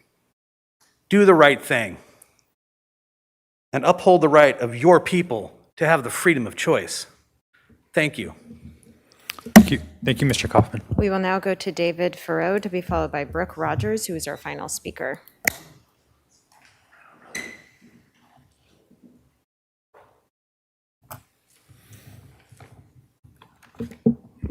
Thank you, Board. for allowing me to speak. This will just be quick. But I just recently came back from Florida. And what a diametrically opposed situation we have. We have a state that is fully open, no masks, no vaccines, no threat of vaccine passports, and it's quite literally a breath of fresh air. Here in California, we seem to be working off of fear and off of a lot of faulty science. I'm fearful in one sense that if you mandate the vaccine, we are going to lose many good nurses, great firefighters, policemen, policewomen, and many businesses will be shut again. I don't think we can afford that. Because of these forced vaccinations, which is really against what we already heard about the Nuremberg trials, these people are being coerced by basically saying you either take the shot or you lose your job. Will there be something else that they can do that was also mentioned earlier in some of the talks? I'm hoping that you will really think about this, that you will keep our county open, that there'd be no lockdowns, there'd be no masks, no vaccine mandates. And I'm just going to ask rhetorically, did you take the vaccine shot? Well, if you did, it was your choice. And let's keep that choice for everyone without the fear of repercussion, no matter how they go. As was stated, and actually what wasn't stated, was how Scott Gottlieb, the former head of the FDA, is also on the board of Pfizer. Do you see a conflict of interest here? I certainly do. And also Robert Malone, he's the doctor that invented mRNA. If you don't know who he is and what he's saying about his own invention, you should look him up. Check it out for yourselves. I just want to say thank you for your time here. I know it's been a long day for all of you. Thank you, Greg. It's happy birthday. I just pray that God continues to bless our county, our state, and our nation.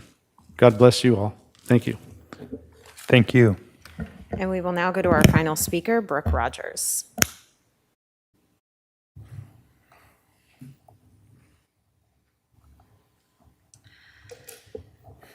Good morning, Chair and members of the Board of General Public. My name is Brooke Rogers. I'm a registered nurse in the newborn ICU. I've been a nurse for 16 years. You are our elected officials. You are responsible for protecting our rights as both individuals and employees. You are also responsible to protect and provide for each of your constituents, including their access to medical care. In every other scenario, we tell the public that individuals have the right to discuss with their healthcare provider and choose for themselves the medical care in which they are treated. Why are we changing that stance now? Why do we no longer have the right to choose for ourselves? We are losing our rights to choose for ourselves not only with this vaccine, but with a number of medical interventions. This is tragic, but how I am personally impacted is less of a concern than how the general public is being impacted by these decisions.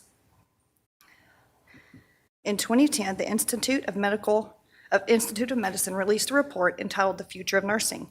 This report called for increasing the number of college-prepared nurses in the workforce to 80% and doubling the population of nurses with doctoral degrees by 2020. Subsequent research has shown that by 2017, those numbers were nowhere close to the identified goal. The number of nurses in the workforce with bachelor's degree was only 56%. In June of 2020, the California Office of Statewide Health Planning and Development divided the state of California into 72 areas according to population. Of those 72 areas, 58 have a shortage of registered nurses, with 20 of those areas identified as high-severity shortages. According to these numbers, only 25% of California residents have ready access to an adequately staffed medical facility. For 75% of residents who do not, how might that appear if it were to be determined that shortages were in any part caused by elected officials? As this medical crisis continues, you must do all you can to provide for your constituents. You must look at the overall impact to the health care of the state of California and to Santa Barbara County. contributing in any way to the further decline of the number of registered nurses available to care for your constituents will exacerbate an already critical problem and increase the risk that our hospitals will not have the capacity to care for our patients. You must rely on your nurses to make educated decisions, to choose the best care for ourselves so that we are then able to provide the outstanding level of care for your patients that you have come to expect, especially during this pandemic. We are tired, we are frustrated, but we are still there. We want to do our jobs, and we are good at it. Please don't tell us that we can no longer care for our patients. You need us. To answer the comment that hospitals are just abiding by the state's mandate, it is my request that Marion Medical Center and all of Common Spirit Dignity Health will approve every exemption and withdraw their threat of termination to the unvaccinated. Thank you. Thank you. And that was our final speaker. All right. So now back to the board here. I guess I've got a few comments, and I'll go to my colleagues. You know, the county response to the pandemic has been, and actually just in general in our whole community and the state and throughout our country, it's unfortunate it has been politicized. And that's something that I think has been a huge disservice for all of us. You know, and it's just not, it's not in one direction. I mean, I was just, when we were talking through earlier presentation, we talked about the Western States Physicians Advisory Committee that was formed because at that time there was a different administration and a lot of states didn't trust the people that were in charge of the CDC because there was a different president. And so that was a needed to do that. It was politicized in one direction. We know right now this mask mandate that we have is partly politicized because it would be a statewide mandate if there wasn't a recall election less than a month away. You know, these things are influenced by politics. And I think for any of us to say that they're not is being very naive. And so that said, I think acknowledging it's the first step to coming together here. I don't think us demeaning, discounting, or belittling on either side is helpful. All of you that have an opinion here today, you have a valid opinion, you have your right to have that opinion, and so do people that oppose the way you feel. And so I think the part that I think Supervisor Lavanino was trying to get to is I think we need to have a little bit more grace for each side and be willing to accept those opinions as we move through this. I mean, there's a lot of information. It's really hard to determine. Some things are anecdotal, some things are not. I've heard Dr. Ansorg talk many times about things that were anecdotal, and that was a reason for a health officer order, because this thing is moving fast. The other problem that I'm seeing that's happening throughout our country and our community is we have politicized public health. Okay, we've called things like gun violence, climate change, racism, public health crises. And so now that we're really in a communal disease health crisis, it's harder to tell the difference between policy and politics and actually medicine and science. And I think that that's something we all need to be cautious of in the future as we go through this. Because, you know, I'm someone that is vaccinated, but I also do respect the opinion of others to make a decision for themselves. Early on, I said, when are we going to be done protecting those who don't want to protect themselves with the vaccine? There's other ways to protect themselves besides that. I think that we should have the least dose of government influence possible in this process. I think, one of the questions I had last week was to deal with children and how not being vaccinated, not being available to be vaccinated is affecting them. You know, we did hear that there's no children that would be at Marion, none at Lompoc Hospital. We are hearing some that are at Cottage Hospital that were not eligible for the vaccine, but I dug into that a little further. All of them have some significant pre-existing conditions. I do think COVID-19 is in our community and probably at a higher rate than any other time in the pandemic. But you know what? It just shows that vaccines are working, right? There's a story to tell that we have 10 people in the ICU countywide. That's 3 large hospitals. I think is a success story of the vaccines. And again, it doesn't need to be for everybody, but it is something that is working for those who chose to, especially those that are most vulnerable. I think we should all have the autonomy to make that risk assessment for ourselves. I think that the route that we've gone on this is difficult. I heard, the comments by the psychologist I'm a former teacher, and I do think, especially among our children, the unintended consequences of some of the mandates and some of the scare tactics are having a huge negative effect on our kids. I think we should be trying to take a little bit more moderate approach as we move forward. And I want to tell my colleagues and other people out there, the people that spoke here today, some of the things, to be honest, guys, sound a little fringe. But you know what? You guys are not by yourselves, because there's a lot of people that I talk to every day, a lot of my constituents that feel the same way as you do, okay? And I agree with some things I don't. But having that discussion is a part of coming together as a community. And so I think you should have your rights to say that. I'm glad you guys had the forum here today to do that. And I think the more understanding we are, the more likely we're going to be able to get through this. One comment that my daughter had when she got vaccinated was because of all this politicization that's gone on. She was making a healthcare decision for herself, which I ultimately let her do.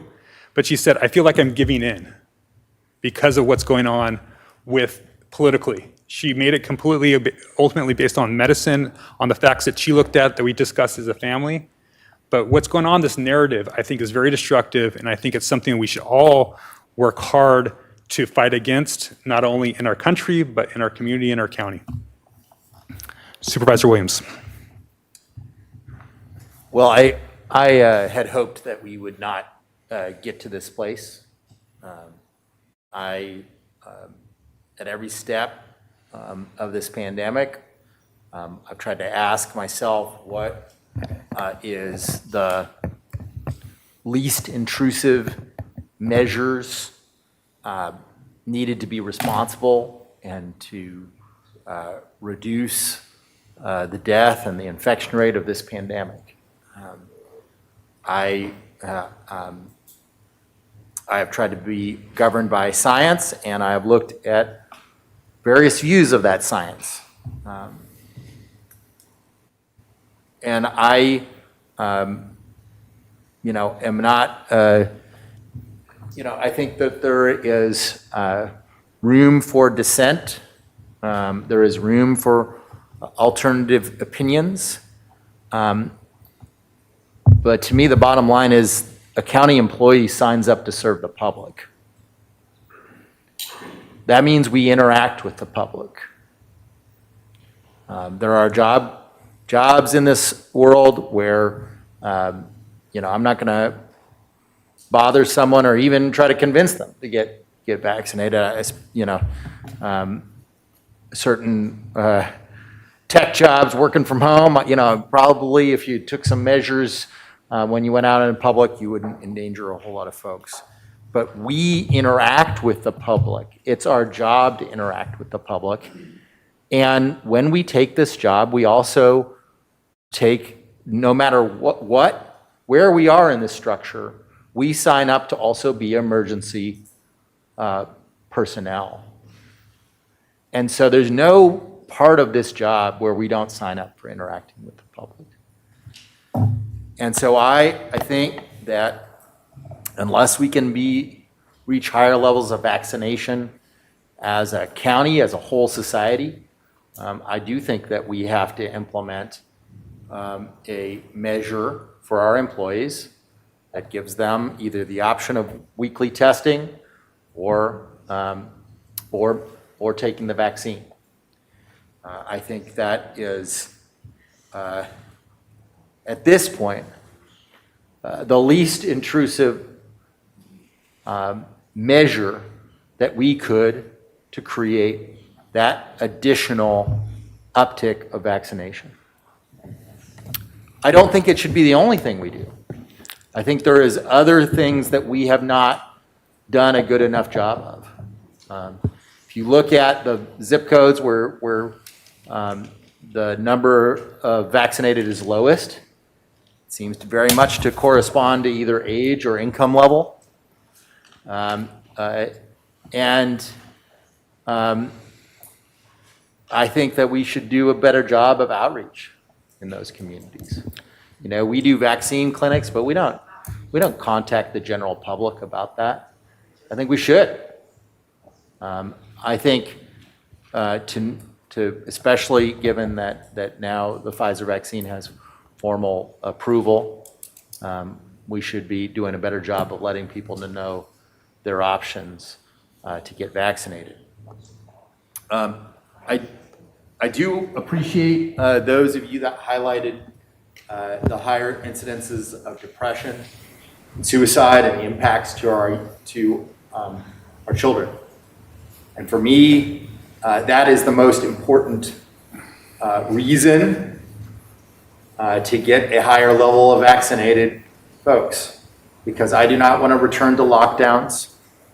I have spent and gotten a lot of criticism from some of my friends on the left for highlighting the fact that we may be losing a lot of people to depression and suicide and poverty as part of lockdowns. And I do not want to return to that. And for that reason, I think we need to pursue it, and we need to pursue it with more urgency than coming back in October. That to me is unacceptable. And I furthermore would say that we would really do our job better also if we did some type of encouragement to our contractors. For instance, it makes no sense to mandate that our firefighters either get weekly testing or get vaccinated and not strongly encourage AMR to do the same. They're responding to the same patients.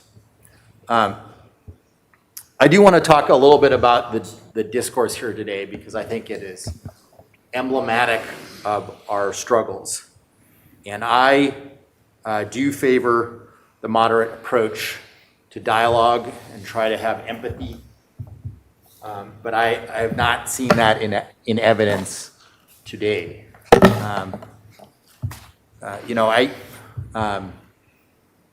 Some of you know that I had the honor of working in 1994 with people who fought against the South African tyranny.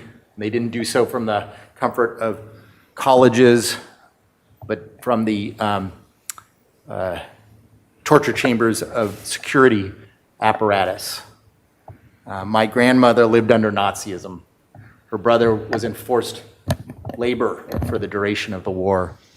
My grandfather lived most of the war in a POW internment camp.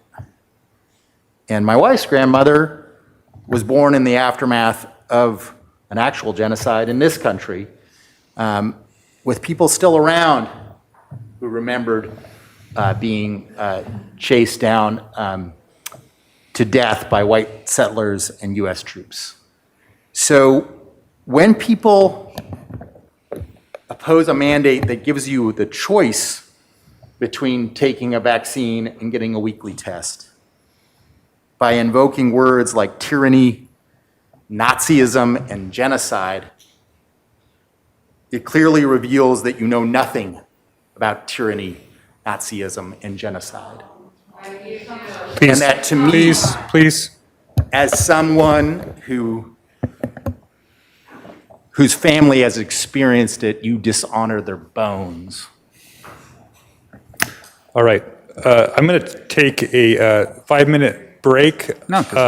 No, we've got an interpreter that has not taken a break in 3 hours, so we're going to take a 5-minute break and then come back for final comments from the board. So.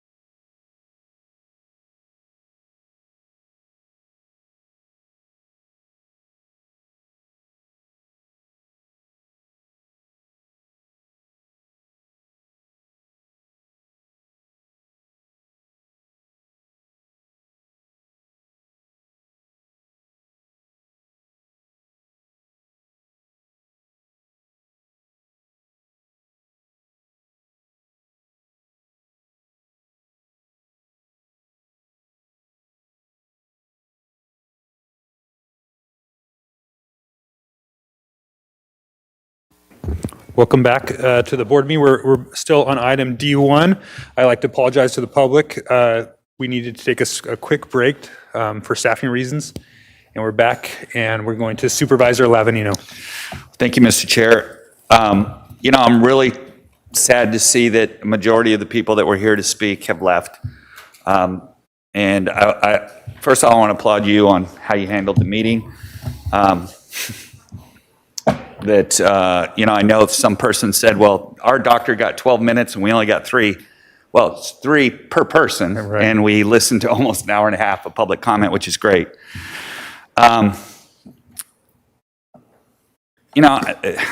Very interesting meeting. And first off, I want to say that for those of you out there who think that Dr. Ansorg and Dr. Reynoso have some sort of nefarious plan they're working on to take over the world, they basically have one goal in mind, and that is to kill the virus. That's it.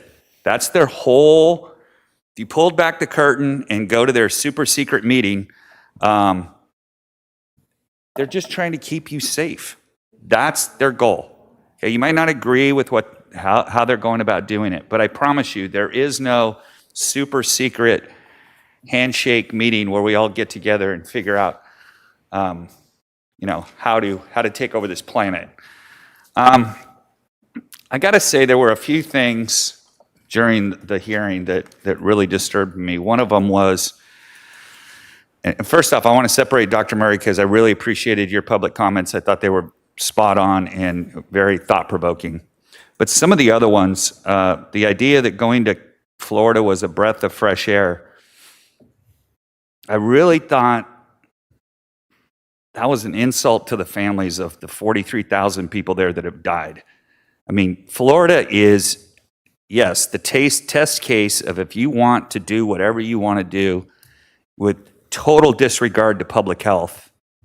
And if anybody, when everybody was talking about how there's personal liability for people that are in charge, I hope that is the case at the end of all this, because there are people in Florida who are elected that have just decided that a re-election is more important to them than the safety of their constituents. And so that's very disturbing. But what's more disturbing to me is the continual reference to Nazi Germany. We heard the term internment camps today. And first off, I understand your passion.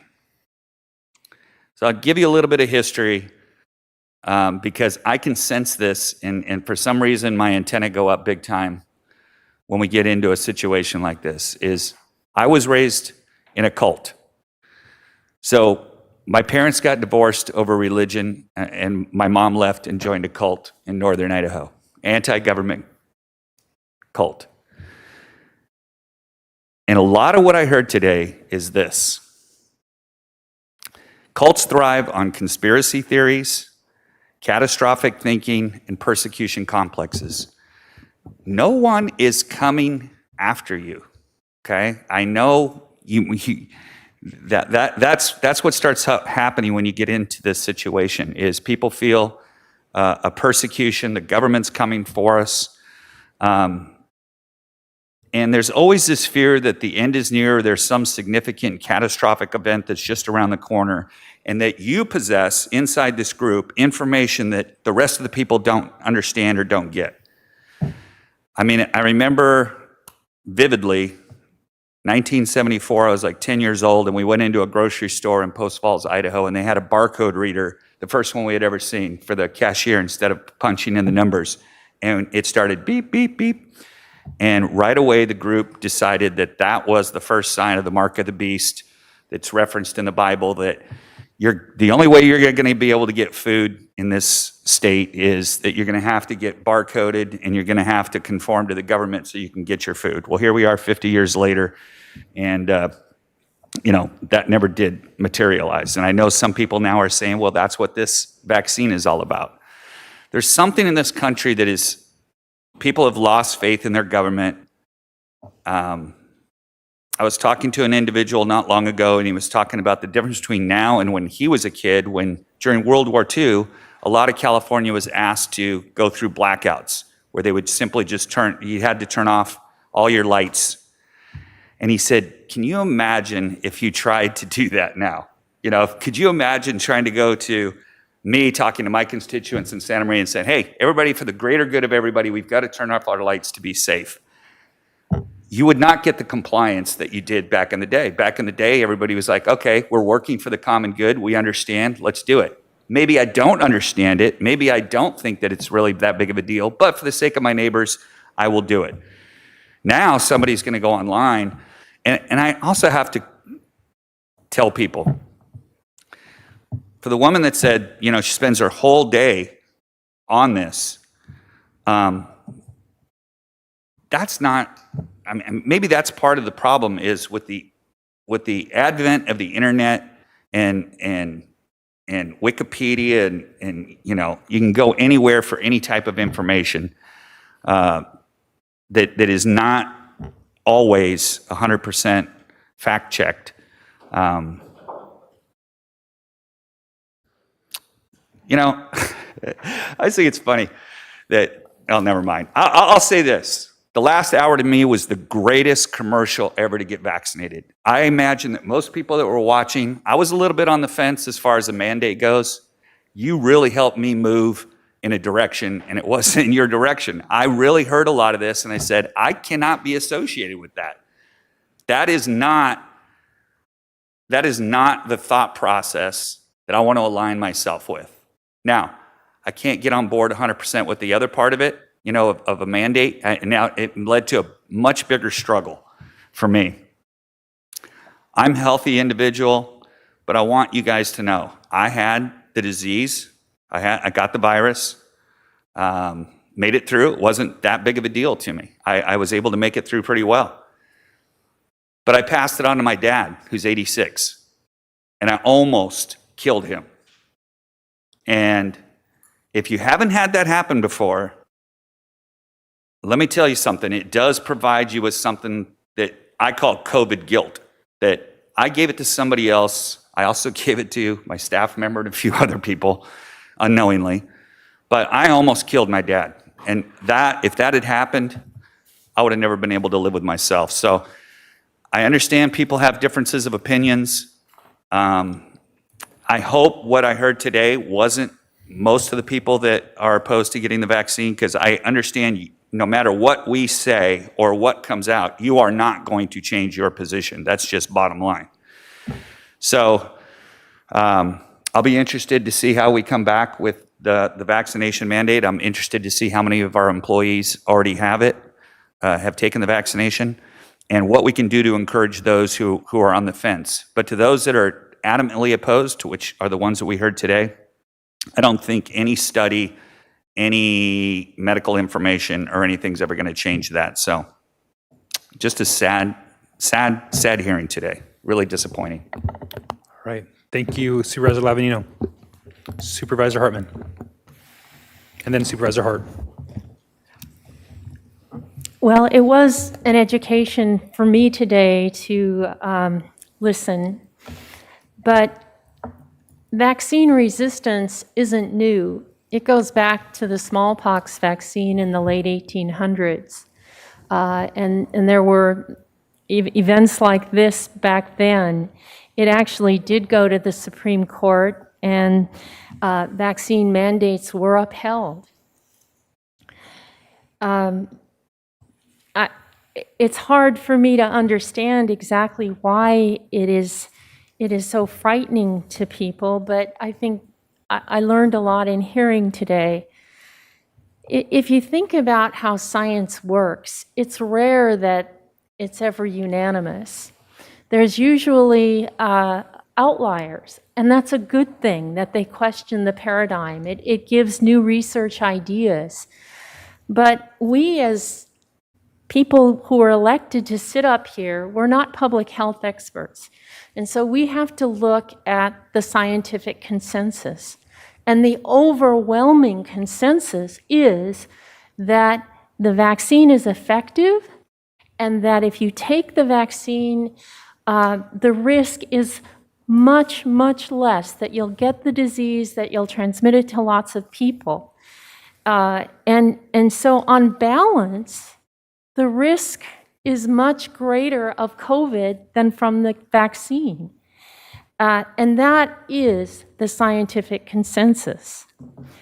The thing that troubled me today in what I heard is the sense of individual rights and atomism, and a loss of a sense of the common good and what we do to help protect each other. And I'm not sure what's happened in our world that the individual is the measure of all. In my world, what makes me feel good is being here and working for others.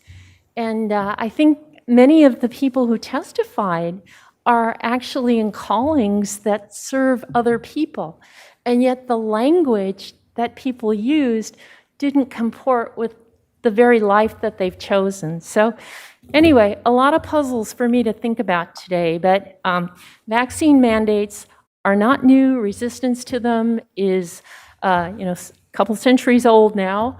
And I think we have to think about the greater good, and to my judgment, that's seeing as many people get vaccinated as possible, especially for children, because we're seeing pediatric cases go up. Thank you, Supervisor Hartman. Supervisor Hart. Yeah, I really just want to. Please. I just want to thank my colleagues for those really, really well said remarks. I am so proud to serve with you.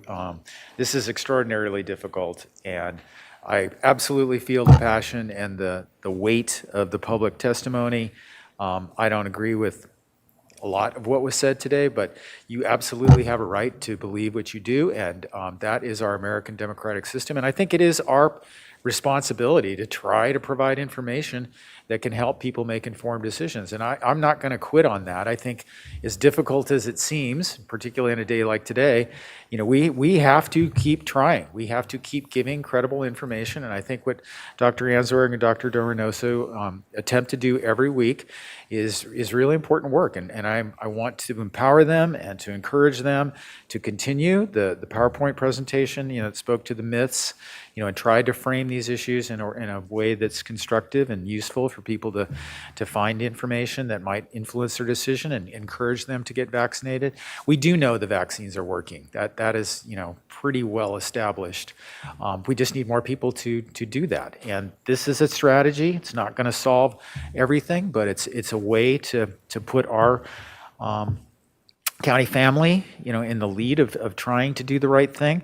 And I'll be really interested to hear the information from Human Resources about the number of people that are already vaccinated, what kind of impact that would make. This is a really important dialogue to move forward on, and I want to be constructive and I want to be respectful for people who have different points of view, but we are all in this together. This is what a public health crisis fundamentally is about. Is that there's a communicable disease, invisible communicable disease in this room right now that threatens people's lives. And we have a responsibility. Probably the most important thing in our job is to protect public health. And so we have to do that. And the people in the county are working nonstop for the past 18 months to do that. And, we haven't always gotten it right because the circumstances and reality of the situation has changed dramatically over time. So we need to be nimble and we need to be responsive to the reality of the moment. And the moment is different. It's tougher and harder and more consequential now than it was 18 months ago. And that's a fact too. Thank you, Supervisor Hart. Can I maybe get a motion? I'll make a motion to direct the CEO and Human Resources to develop a countywide policy for implementation of a vaccine mandate for county employees that would include the option for weekly testing as an alternative. Would you include the receive and file on item department That item too. number 1? Thank you for that as well. All right. Yes. Do I have a second on that motion? I'll second that, though I also would ask that we entertain additional communication strategies up into including either doing it ourselves or contracting with a nonprofit to do phone banking to let people know their options. We're talking about voluntary stuff, not even the mandate. All right, Supervisor Lavanino? Well, I'm curious about this motion. So is the vote now, so if we vote yes, then I guess that you're directing the CEO to come back. You know, I know this is going to get misconstrued, so I am not going to vote on that because I don't, at this point, support the vaccination mandate. So I know if I vote for the direction, then people are going to get confused. And so I don't want anybody to be confused about that. I want to wait and see what the information is. All right, thank you, Supervisor Lavanino, and I will be taking a similar position. Right now, I would not support that if it came back to the board. I'm always willing to take new information in and evaluate things and see how things go. I think a lot of those people who haven't gotten vaccinated are doing the same thing for themselves every week, and I think you're going to see a lot more people get vaccinated now that FDA approval has happened. And so I think we should, I would prefer that we wait and see how that goes, but I'm willing to listen moving forward. CEO Miyasato? Chair Nelson and Supervisor Hart, would you like us to come back next week? I'm looking at our just long-range agenda. Our meeting is 5 hours next week. Otherwise, our next meeting is until September 14th. Yeah, I think it's timely. It's important that it be timely. So next week is my preference. And I just add this logic. I mean, if we really want to affect the downward curve, we kind of are going to have to take action swiftly. All right, and as chairman, I'm gonna probably have that item last that day, just as we get through some other items. So just as the public is aware, that's the way I plan on scheduling that for next week. Is that will be our last item of the day. We can be here longer, but there's other county business that we need to get accomplished as well. So with that, Ms. Van Molen.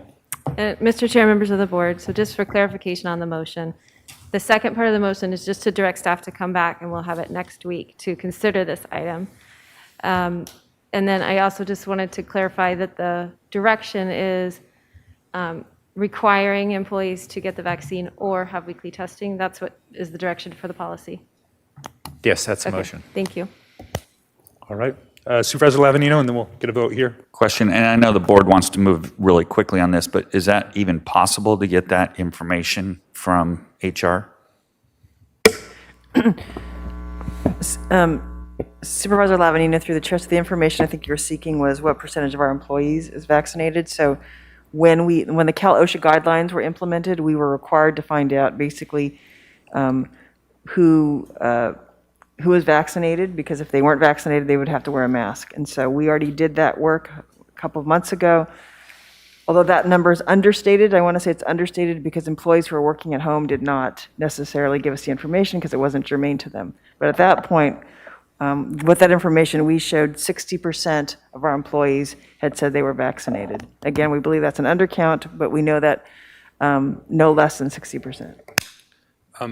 That brings up a question that I have. There are some employees that have been able to and continue to be able to work from home, that we maybe look at that as a board when that comes up. So We'll include that in the information that we come back with next week. Thank you. And just as your motion, to incorporate Supervisor Williams' request that we do more, not necessarily with employees, but more in getting the information out about the FDA approval. We can do that, and I'd ask then Terry and our communications team to come up with strategies. I want to give them a lot of leeway in how they do it, not necessarily phone bank, but there could be other ways.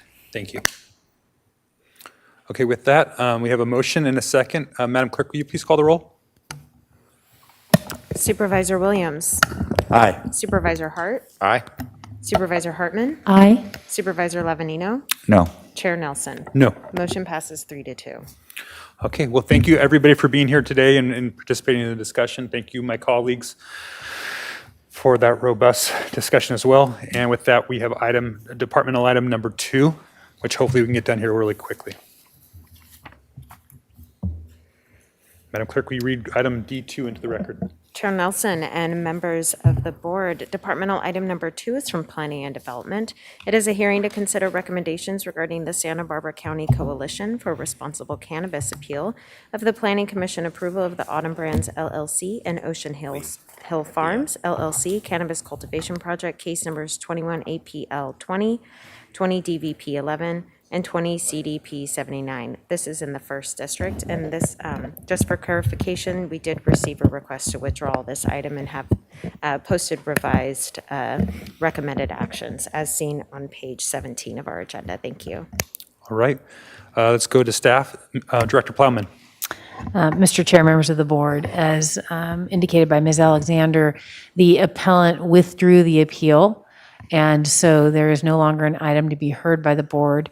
And we do have the project applicant here today, and I think Mr. Shatillo is via Zoom. They may want to make some remarks about the compromise that they reached, but I don't have anything else to report, and I can answer any questions if the board has them. All right. Any questions from the board? Supervisor Hartman. Well, I did have a comment, and that is that we heard during public comment from the carp growers and Mr. Shatillo about this agreement. And I think it's a terrific effort on the part of them and our planning department to think outside the box and to really struggle with an issue that has flummoxed our board, odor control. We may not have all the technology yet, but they're devising ways that as technology improves, we will see improvements in the apparatus on these greenhouses and odor control. When you give a land use permit, that permit can last forever. And if you say you have no odor control, that's a real concern. So I really applaud them for struggling and figuring this out, and and especially P&D that works so hard to support this effort. Thank you. Thank you, Supervisor Hartman. Supervisor Williams? Well, for the, on behalf of my constituents, I just appreciate both sides sticking with the negotiation. I know it was difficult. I appreciate county staff for helping. I know there were moments when we couldn't do everything that would have facilitated the agreement, and it makes me feel even better that both parties stuck with the negotiation and the commitment to continuously improve odor in the Carpinteria Valley. Thank you, Supervisor Williams. And Madam Clerk, is there anybody here to speak on the item public comment 2, and they're going to speak to the withdrawal? So again, I just want to make sure the public understands that public comment on this item will be to the withdrawal of the item. It will not be to the merits of the item. So, Madam Clerk. Chair Nelson and members of the board, we have no request to speak in public comment in regards to the withdrawal of this item, but as previously mentioned from Director Plowman, we do have Autumn Shelton available here in person to provide some comments, as well as Mark Shatillo via Zoom. All right. Would either one of you like to make quick comments? Ms. Shelton?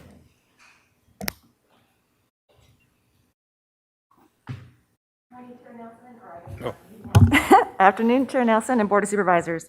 It's been a pretty heavy morning, so hopefully this brings some positivity and the importance of community to your day. My name is Autumn Shelton, President of Carp Growers and owner CFO of Autumn Brands, the project applicant. We are thrilled to see the appeal of our project withdrawn. We've been working with the Appellant Coalition for Responsible Cannabis over the last year to reach an agreement that not only includes our farm, but also includes over 20 additional farms and carp growers. This historic agreement is a reflection of carp growers' leadership in the cannabis industry and our commitment to being good neighbors. We've gone above and beyond to design a whole new odor complaint response program that provides residents with much more transparency to track resolution of odor complaints directly with operators. We support this new program because we believe this is critical to foster trust and accountability with our neighbors. Our goal is to work directly with residents who experience odor so we can solve this issue together. We even agreed to file a new model odor abatement plan with our permits so it runs with the land long-term. Additionally, this partnership with the coalition is also unique in that Carp Growers has continued to fund groundbreaking research and development efforts regarding the science of odors. We have new scientific data regarding which compounds cause odor and how to best mitigate and monitor objectionable odors. These studies are expensive, complex, and take time. Our association remains dedicated to solving the odor issue and bringing the community along with us. In conclusion, Autumn Brands and Ocean Hill Farms have always been a leader in the cannabis industry, and we are excited about this partnership. Our family farm has been in Carpinteria for many decades, and we are here to stay. I'd like to thank our county staff for all their extra time assisting us with finalizing the documents, especially Travis Seward and Joe Dargle. And thank the coalition for their willingness to come to the table and work collaboratively with the industry to improve the Carpinteria community. And thank you, board, for your continued support of our efforts to secure permits and licenses in Santa Barbara County. Thank you, Ms. Shelton. Mr. Chatello, I imagine you want to speak? Mr. Chair, if I could, thank you. I wanted to, on behalf of the Coalition for Responsible Cannabis, concur that the Autumn Brands appeal has been subsumed by this larger agreement that we produced and discussed this morning during public comment. Our goal at the Coalition and with carp growers is to create structural solutions to these difficult problems.